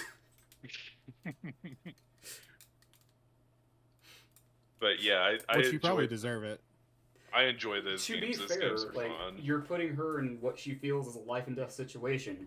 You should expect her to defend herself. And speaking of fun games that are multiplayer, in the same vein and in the same like size of like people and like people that are inventive and like are always making something cool.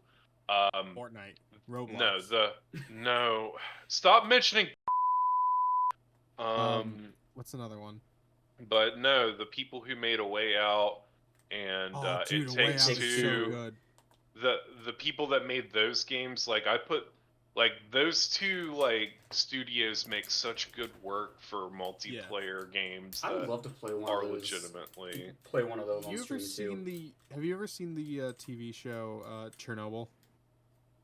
I've seen your mom's ass cheeks clap.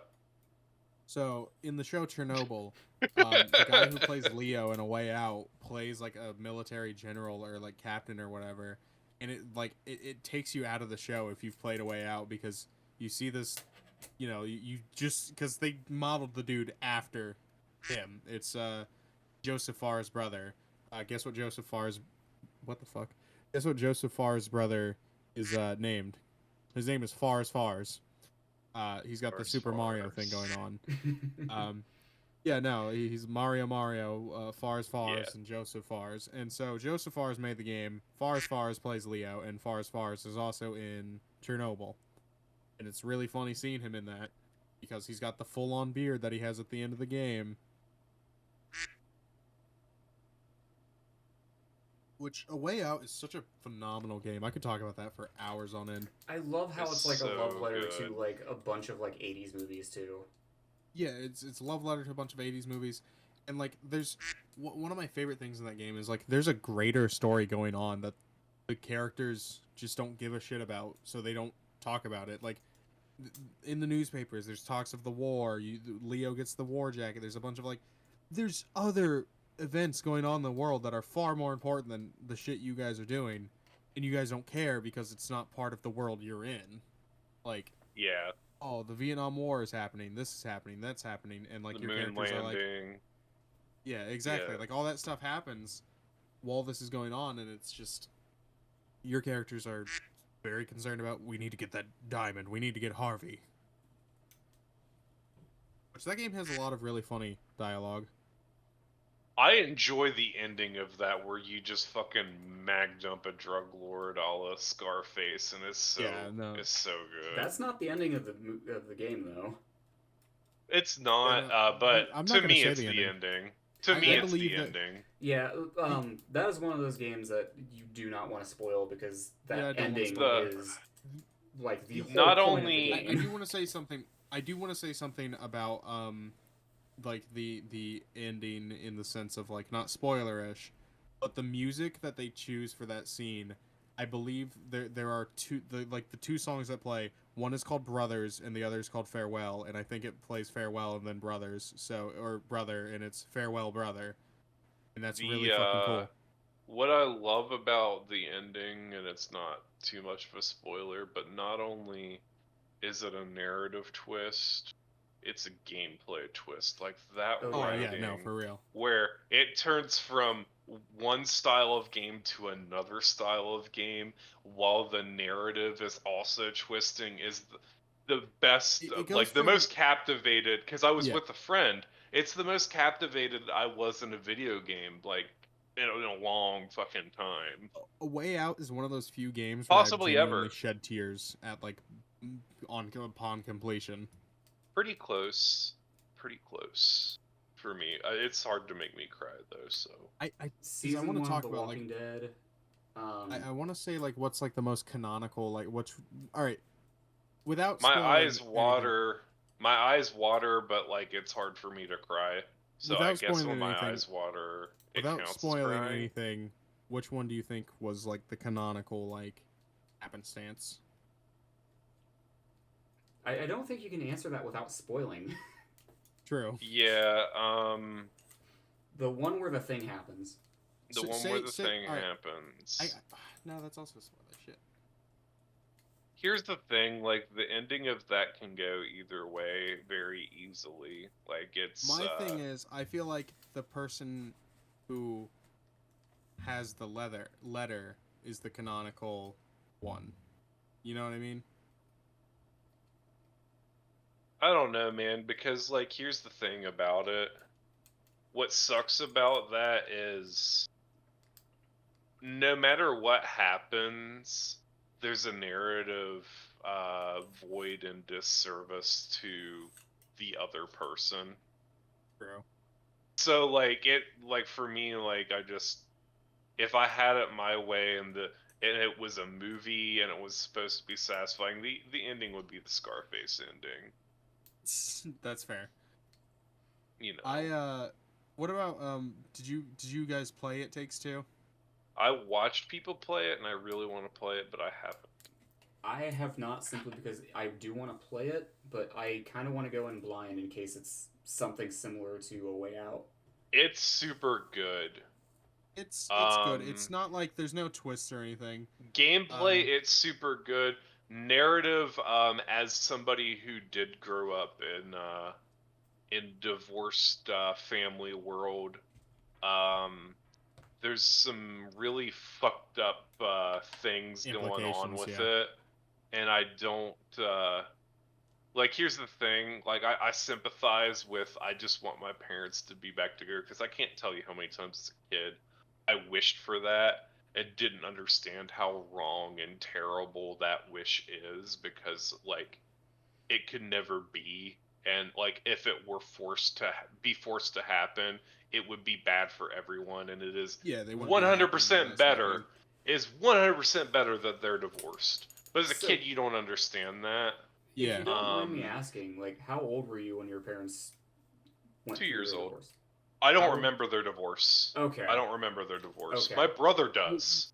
Was this more of a like when you were like 5 and 6? You were like, man, it would be really cool if mom Yeah. and dad were like together. Like Okay, like so it's- between the ages of 5 and like 11, I wished that a lot. Like it's a very little kid wish. Yeah. Like exactly. Yeah. not. That's what I was but thinking. no. The reason I was asking was because my parents went through a divorce when I was young. I think I was like 8 or so when they started like contemplating the divorce, and I think I was 10 when they finally split up. But like I never really wished my parents got back together because I witnessed and I remember like how toxic Yeah, that relationship would have been. So it's like, yeah, and they I probably should never have. got that. Yeah, and I'm just like, this should have probably happened beforehand. Yeah, and like that was my thing as a kid because I know I like absolutely have zero memory of all the stuff that happened. My brother remembers most, if not all of it. Um, and like he had a different take entirely, but I was just a kid that like was upset and like wanted to know what Yeah, it was like to yeah, and because feel that well, not and only it that, but didn't help you that see a bunch of stuff where it's like, hey, this family here has a the mom and dad market that are together and they love each other. You they don't have didn't that and you want it. at the time they did not make very many movies about divorced Yeah. I families. had They just didn't. Well, no, I'm not saying I had a divorced families. very I'm just saying like families in general. Well, yeah, families in general, because like Like again, you're like seeing all that and that you want that, but in you the don't understand media, why you shouldn't have that. so in I the never really had media, a hey, I love you, big dog. Let me finish my sentence. okay. But the media like portrayed like this normal family thing, and like I definitely didn't feel like I had that because again, like you're a little kid and you can't put things together correctly, and a lot of it's like, oh well, I'm upset partially because my family's just not together and I'm with somebody who isn't really my dad, and maybe I wouldn't get yelled at every day if I wasn't with that person and Yeah, it was just my dad.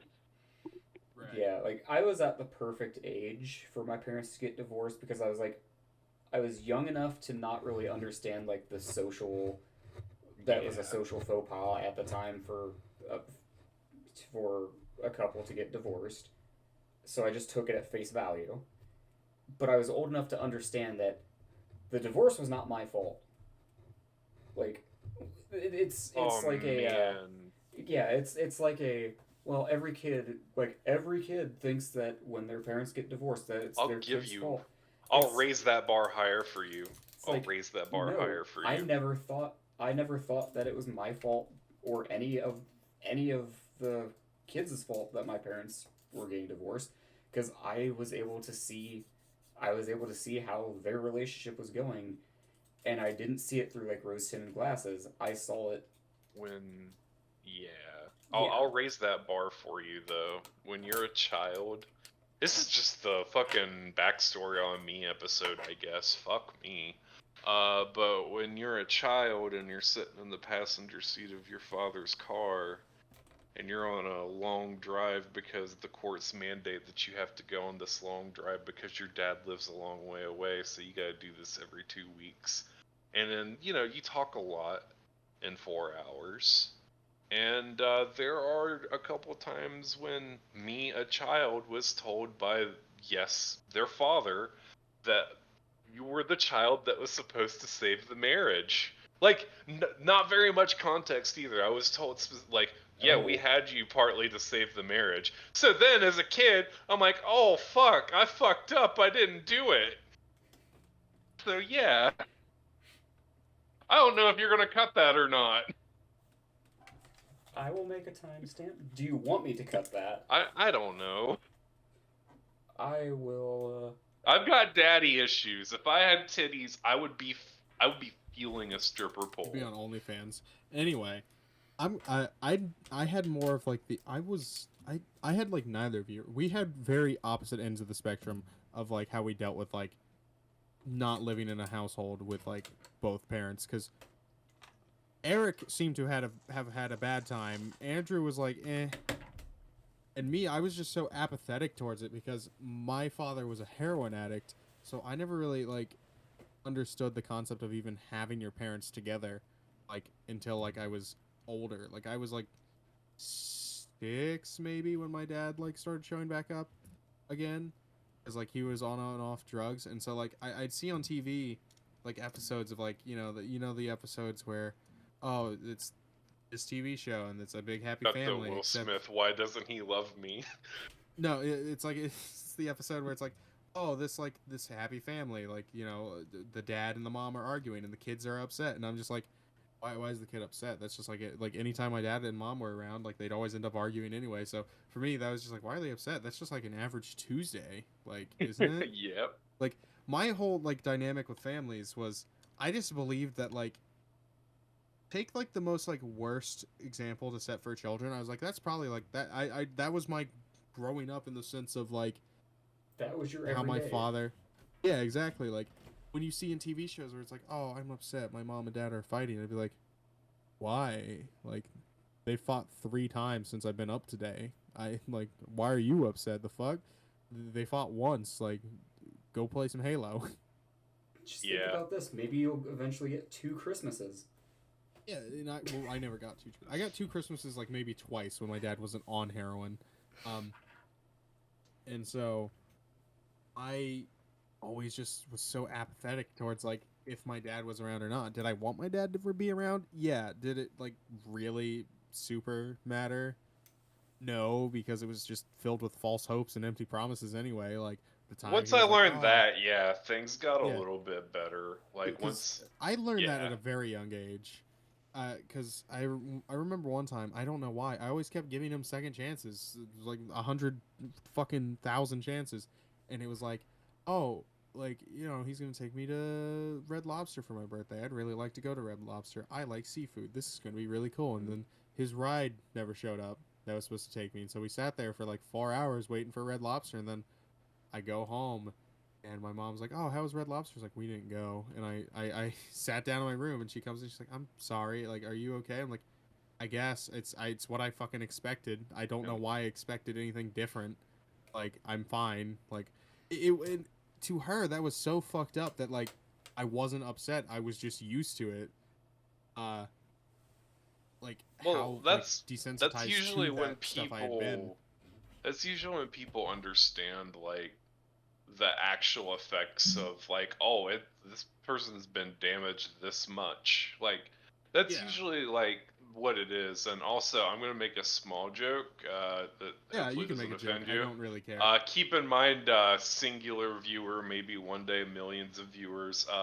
He does let his dad live rent free on his computer desk right now. He's behind me, not on my computer desk. Okay, he's It's in another funnier if room. it's Okay. on his. It's funnier if it's on your computer Listen, desk, our dude. They don't singular know. They viewer. can't see. They can't see your desk. They can't see my dick out. It's Okay. fine. Well, here's the thing. Our singular viewer is my girlfriend. She's seen this room. Listen, she's not real, viewer. She's not. She's like Cortana. No. Like she's Remember, real. our singular viewer is my coworker No, our who agrees that we singular should be in an insane viewer. asylum. Our singular viewer is whoever's mom I'm fucking tonight. But yeah, man. Is that how you coax her to sleeping with you? It's like, look how sad my life is. I'm on this podcast. This is the only thing keeping me alive right now. Dude, Fuck me. Watch if it was us. about how sad their life is, like I feel like Watch us whoever's try mom to it be was funny would try to men. give all of us pity sex. Watch us try to be funny men and not be funny or Yeah. men about it. Hey, let's talk about horror movie. Let's talk about horror movies, guys. So anyway, yeah, that's the point when I realized I was so desensitized to disappointment that I've like realized I've developed trust issues, and that's why it was so hard for my girlfriend to actually like let me just approach me and date me, because I was a very unwilling participant because I was afraid of letting people into my heart. I'm gonna stop and because this is yeah, getting real and I'm getting let sad. me just tell my viewers about how I was alone emotionally for a very long time, and I was also yelled at on a daily basis. Let's just go there. Fuck it. Do you want me to just cut out all, like the last 20 minutes of this? Nah, We're getting too real. you don't have to cut out my rant. You can cut out Eric's if he wants it. I'm fine with my like depressing life being out there because I'm a happy person. I mean, I've got things are friends. better now, and I'm Yeah, things are stronger better. for it. Yeah, me too. Like that's how I look at things. Like I have a girlfriend who loves me. I got you guys. You guys are my buddies. I'm very happy with the friendship we have. We're also you as know, friends with benefits. We do fuck in the janitor's closet dude, at Eiffel every Tower. social They gathering. Eiffel Tower this is me a weekly. business relationship only. Thank you very much. At every social outing we go to, it's a rule that we have to. We're contractually am I not- obligated. We Am I not have to allowed pour fuck in my the heart out to janitor's you guys on closet. the podcast? I'm not allowed to pour my heart out to you on the podcast. You like, are to keep up contractually appearance. obligated to bottle up all of your fucking feelings, No, you no, no, fucking because I mean, like, it helps us build up, like, you know, the audience thinks that Come. this isn't purely like, no, the audience thinks that this isn't purely like we sign off and then like we just go fuck you, and then like leave the Discord call and like that's that episode. You Fuck can't fuck tell them you're what cool, service fuck you. we're doing. Oh, We can't tell them what the service Zoom we're meeting. on. Bleep out that word, Andrew. He said a dirty word. I don't think that it's actually a dirty word. I don't think it's actually a problem. I just like yelling sometimes. What was the dirty word? I said Discord. No, he said Discord. You got bleep it 3 times now. 3? I only said it twice. Yeah, but I said it once. I don't think anybody's gonna care if we talk about what we're using to talk to each other. We're using Omegle. No, we're using Chatterbait. Oh, can I get my dick out? Look, we've had this conversation. If I'm at my computer, my dick is out because I live alone. It's not because I'm watching porn, viewer. Because I got a blanket. He's wanking. He's having a wank. I'm fucking. When did you turn fucking British? firing off. I was playing Having a Minecraft wank. earlier today with my. I was playing Minecraft earlier today with my buddy who's in Britain, and so it's ingrained Maybe we in my cut fucking that brain part right now. out. Maybe we cut that What? part out, Andrew. What, I don't the think part the where I was- viewers. No, I don't think the viewers should just like know that I Know that I was don't playing wear Minecraft? pants. Well, no, they should know. They should know that you're rock hard, rocking it out like for America every day. Every day. Do you? No, does this your is dick how I'm stand up when you comfortable. salute the flag? Well, I mean, like, yes and no, right? So, like, it stands up when I wake up, but then when I, like, get out of bed, like, it's more like it's pointing forward than standing up. It's That's pointing- right. It's you know in video games. It's the like video games where like you press the button and like it's like, oh, here's the green line to go to your objective. Like, does your dick do that for you? It just points where you need to go that morning. yeah. Usually your mom's room. Oh, man. One of these days, Eric, you're gonna fall asleep, and I'm gonna come out of your closet dressed as Batman and beat the shit out of you and fuck you in your ass. Do I get to come? Is Caden's Yeah. mom a fast travel point? No, she's the entry point. I hope to one day Oh. meet your mother so I can tell her how much of a bastard she's raised. I mean, like, I'm always polite and nice around her because despite all the tangents I went on about my upbringing, she is a really amazing person, and she's a wonderful woman, and she does deserve to think that she raised a good son, so I'd act respectful around her. My mom So, knows she raised no. a bastard. She raised 3 of us. Yeah, she did raise 3 of you. I was the test child. The test tube baby. I was the child that my mom had and then went, oh, well, he's already watching South Park at age 5. We fucked up. Let's have his sister now.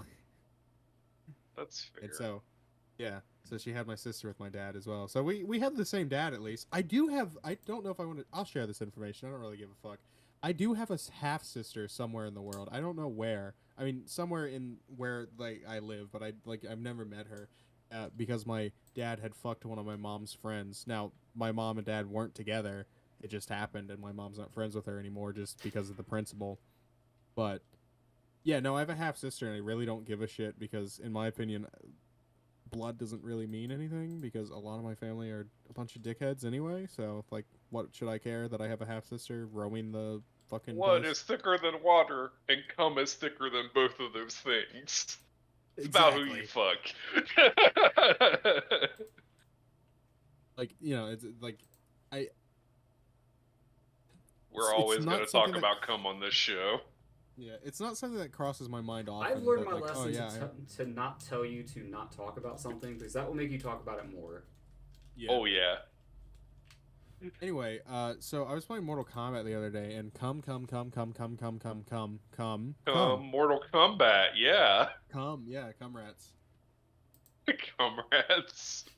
Spread Master Splinter's asshole wide open and shoot a fucking Don't sticky fuck white load Master. in there. Don't fuck Master Splinter. You'll hurt Why not? him. That's bestiality. Don't do that. It's not Yeah, and bestiality. also- he was a He's anthropomorphic. Well, I mean, he can give Can he consent, consent? Can he so consent? Yes. that You is know, a big factor. one of my favorite clips on YouTube is the one where oh, where's Splinter at? Oh, he's on the roof. He's been up there on like ever since your report, April. What's he been doing? And then like just coming. Like, My theory is because rats live a lot less longer than turtles. My theory is Master Splinter just fucks, and we've been seeing the bloodline of Master Splinter throughout what's he years. been fucking? April? Rats. What do you mean? You think he just has to like ejaculate on a rat and then it like turns into like a Oh fucking yeah, he's a mutant? mutant, dude. Yeah, so like it just comes out like green. For all you know, he fucking came on the turtles, dog, and they're alive. Okay, don't they were children. They were children. It's right there in the name of the show. Teenage Mutant Ninja Turtles. Let's He not didn't talk fuck about... him. He just came on him. That's still bad. Don't do Don't that, fuck people. kids. Don't do fuck that, viewer. kids.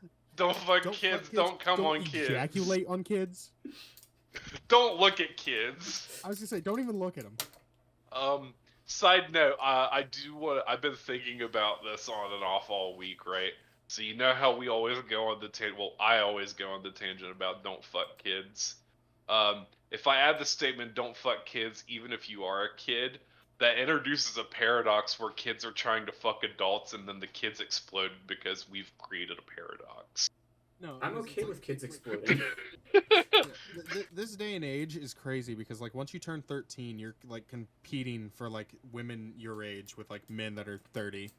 You know, like that's why we got to stop fucking kids. We're not fucking kids. We got to stop people fucking kids. I phrased that poorly. I've not fucked a kid. Eric, maybe. I've never ever fucked a kid, like ever. Listen, Sorry. personally, if you think about fucking kids like regularly, like say it pops into mind once a week, stick some iron in your mouth and pull the trigger. Once a week's too frequent. Like Okay, so if it's once a year, even. If it's once a Yeah, year, you know, even. yeah. If you ever once a millennia you think about fucking a kid, stick some iron in your mouth, pull the trigger. Thank you. Welcome to, or thank you for talking.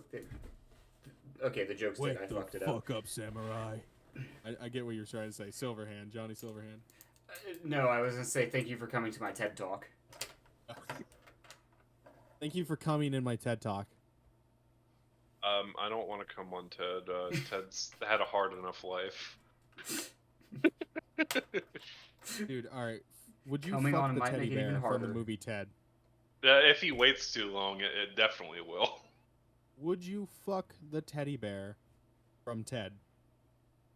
The one voiced by Seth MacFarlane. Does he Can do the I Peter have Griffin laugh while you're doing it? Can I have it voiced by someone else?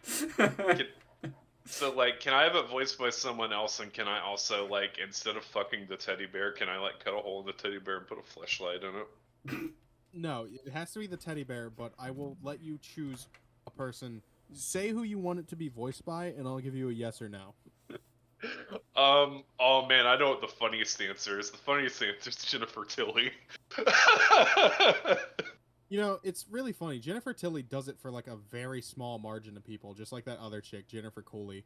Like, her voice is like, it's like Bonnie McFarlane from Yeah, Family Guy. It's very like raspy, and it's like it does it for a very small number of people. But the like, Jennifer good Tilly's for the just people it does funny it for. because of the Chucky movies. Yeah, no, it's good. Because you're fucking a doll, like it's there. However, It's a stretch, but it's there. I raise you. I see your Jennifer Tilly, and I raise you Keith David. Can't think of what Keith David sounds like right now. The he's realest the of real arbiter. answers. Oh, okay. The realest of real answers, though, is Gilbert Godfrey. That's funny. No, but when I think of Oh! have you ever seen? I think the movie's called Tales from the Hood or Tales from the Hood 2. I don't remember exactly. There's this. I think Keith David plays like the devil or a demon or something, and at the end of the movie, the guy gets locked in the car, and Keith David goes, "Welcome to hell, motherfucker," and then like What drives to hell. What about Jim it's- Cummings? Who's Jim Cummings? Winnie the Pooh. Oh, And also Baba, Cumming. please don't Jim use Cummings my bad voices pussy. a lot of A lot of things. Like, Bro's I up can there do with Winnie the Tim Pooh impression, Curry that's about it. in like voice acting credits. Tim Curry.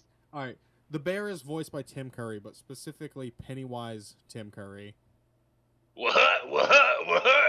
Yeah, while you're fucking it, I'm glad you went for what I was thinking of. Which, Yeah, like, how about at that Ted?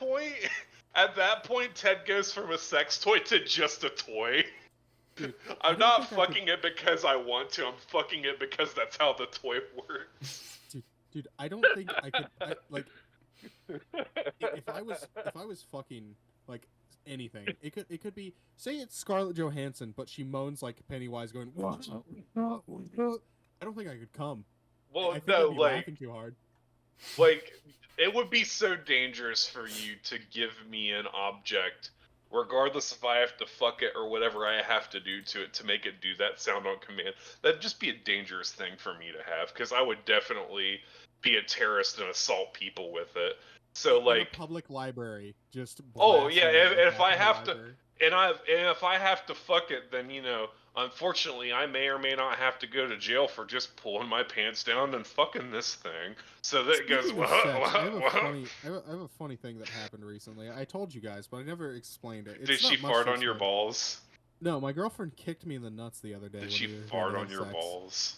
She did not fart on my balls. No. My girlfriend. be cool. You know the thing where like you go to adjust your legs so you can get in. Yeah. She went to move her leg and fucking sideswiped both my nuts with the heel of her foot. But did you deserve it? No, I was trying to pleasure her. For something else, yes. For that, no. For like that interaction, probably not. Yeah, no, we were having a good time, and we still had a good time. It just took a second for me to recover after my nuts got sideswiped. Oh man, yeah, like that happens sometimes though. Like sometimes you just like get hurt or hurt somebody during sex. It just happens. Yeah, no, like that shit happens. I mean, there's the whole walking funny thing but that's normal, like for women. But Like there was one time I was fucking a girl and we switched positions and like I went to fucking go in and like I missed the hole and I hit like her really really hard and like we just stopped having sex because it hurt and I was like, hey, this hurts and I'm done, and she's like apologizing. I'm like, no, I was the one aiming, you didn't do anything wrong. you bent your dick on this girl's thigh. Basically. Oh Who god. hasn't been there? Yeah, no fair. You just have to have sex at least 5 times for that to happen, basically. Yeah. Anyway, I really like Alien, guys. You like Alien? I wouldn't classify Alien, the first Alien, as really a horror movie. Like, it's a horror. It's sci-fi it's got horror. so much build up at the beginning that it's not really scary. It's Which like, is suspenseful, fair. which I guess Yeah. could, like, Thriller horror. yeah, like Oh, yeah. That reminds me. I was talking about Halloween and like it being believable and like you have imagination, but then like the movie related to that's the first Friday the 13th because like it's believable and then it swerves you by showing you the killer not being a character that hasn't been in the movie the whole time, and that was really good. Yeah, that was really cool. Well, she was in the movie, wasn't she? She had like one scene earlier on, and like. Oh nothing- yeah, nothing one else. technically. scene, like right when the counselors got there or something. Yeah. The counselors got there, and she's like, "Oh, hello, I'm Pamela." Later, and you're like, "Okay." And you don't think Yeah. about that bitch until she shows up at the end, and you're like, "Wait a fucking minute." And she Hold sells on. it so hard, like mommy killed him. Like she had so much fun with that. Like Yeah, it's no, so clear I that don't she was remember having what a her great actress's time. name is, but like, God bless her, she did a phenomenal job. I Get her, think mommy, she get died her. before. I think she died like relatively like close to when Friday the 13th, the newest game, came out. If I'm remembering Probably. right, I think it was around that time. But yeah, that was really good. I had to say that before I forgot about it. I definitely think there's more to talk about with Alien and Aliens, because those are Betsy good Palmer. movies. Betsy Palmer. Palmer, I hardly know her. God damn it. When did she die? May 29th, 2015. So no, like not Yeah. really super close, because I think that game came out 2016, 2017. Friday the 13th game. 2017, yeah. Because I It remember was they made a released May post. 20. Wait, hold on, wait. Okay, it was released May 26th, 2017. I was gonna say it'd be really funny if it was May 29th, but it's 3 days off. But yeah, I like the Alien movies for what they are. I understand the first two are good. gripes. I understand There's the a gripes really- of 3 and My 4. favorite Predator movie is like a lot of people's least favorite. Predators is my favorite one. I need to watch that one. I like the concept of that one. I just like it's I know really it's cool. not as good. Walter I know it. Goggins plays like a piece of shit character in it, which Walter Goggins is always playing an asshole. But like, there's this scene between him and Topher Grace that's just like so like unnecessary. Where Walter Goggins is sat there and he's like, "Man, if I ever get back to Earth, I'm gonna rape me so many fine bitches." And it's like, did that line really need to be in the movie? And did he need to say it like 5 more times? Yes. No, because then Topher Grace follows it up with, "Yeah, man, I know what you mean. 5 o'clock. It's raping time." And it's like, I don't want to hear Venom from Spider-Man 3 say that. ever That again. is not Venom. That is Eric from that 70s show, sir. It is Eric from that 70s show. I love that I show know so much. that he You know who gets would so have much fit shit really for well in Venom. that scene? With it would have been better if it was Eric and Hyde talking to each other, because obviously we know what happened. That's bad. That's real bad. As a matter of fact, I'm going to hit you with and that's no good. Do you understand the reference, Andrew, or should I explain I for get you and the viewers? Okay, cool. Viewer. And let's Viewer, Viewer. don't touch Let's not kids, elaborate. and then don't Yeah, touch don't- people who say "Don't touch me, please." consent is important. And make sure they're enthusiastic when they give consent. I know I make Eric, you know, he whenever he goes to fuck my ass, I always make sure I'm enthusiastic when I say yes.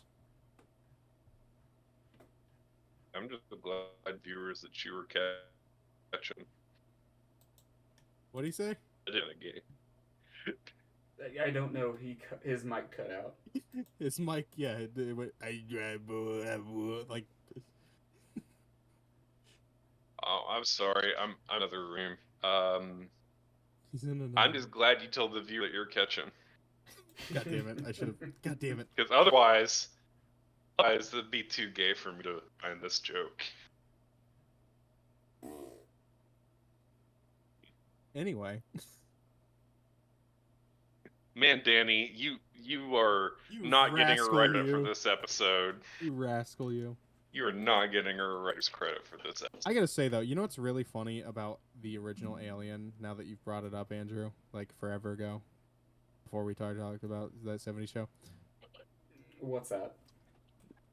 Ellen Ripley, Sigourney Weaver, was not You're considered so conventionally hot. attractive when that movie released, and they cast her as such because they were like, "Yeah, No. we think it'd be really cool to have an ugly main protagonist, and that like people would think that was really cool." And it's like, And gross, hey, listen, bro. listen Sigourney though, Weaver you gotta is understand your so brain's fucking- altered though. Your brain's altered though. You gotta understand. She's pretty in that movie. Don't get me wrong, but nobody knew Sigourney Weaver was hot until Ghostbusters. Everyone slept on her until Ghostbusters. Like, prove me wrong. What? When was she in Ghostbusters? I've never watched it. She's like the She secretary. was in the first Ghostbusters. She's the secretary? No, she's not the secretary. She's the love interest of Bill Murray. That's right.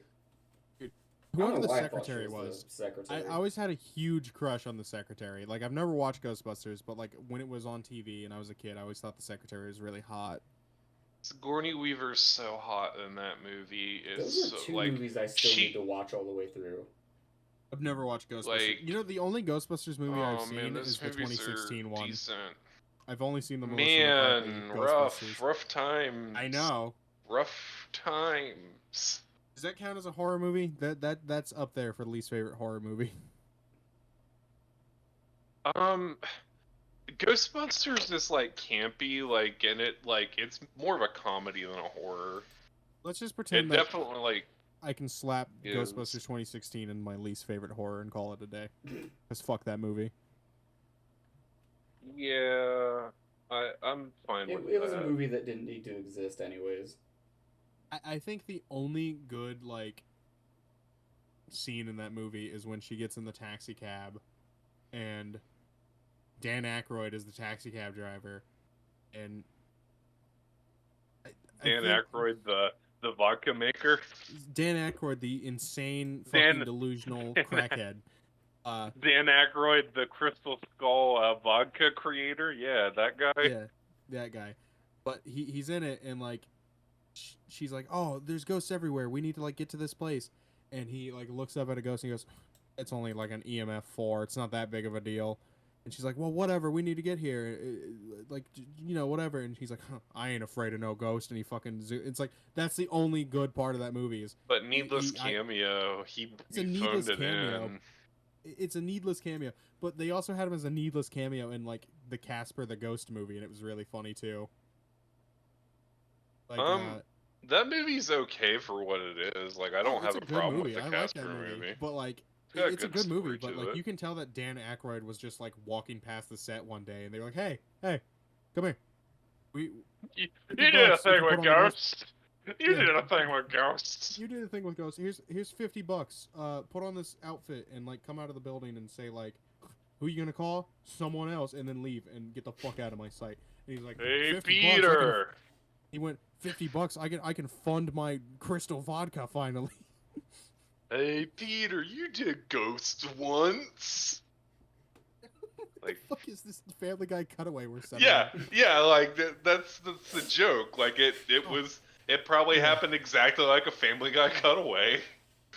Oh, Joe, this is worse than the time they put me in Casper the Friendly Ghost, and it just like cuts to Peter outside. Who are you gonna call? Someone else, and that's that. And then, "Oh, Joe, this reminds me of the time when I made Crystal Skull vodka." And then cut to his 10-minute fucking ad where he rambles incoherently about aliens, ghosts, and a bunch of other shit, and you're just like, this motherfucker like think Ghostbusters was a documentary. But like, also do keep in mind that like Dan Aykroyd was like diagnosed with autism. I think he was diagnosed with autism, like during like the making of Ghostbusters, no less. I think it was autism's what he was. It was a mental like thing. So like for all we know, he could just be dealing with some mental stuff, man. So like, grain of salt. I feel like that's really mean to say. I feel like what you said was very mean, and now I feel bad for making fun of Dan Aykroyd if that's true, because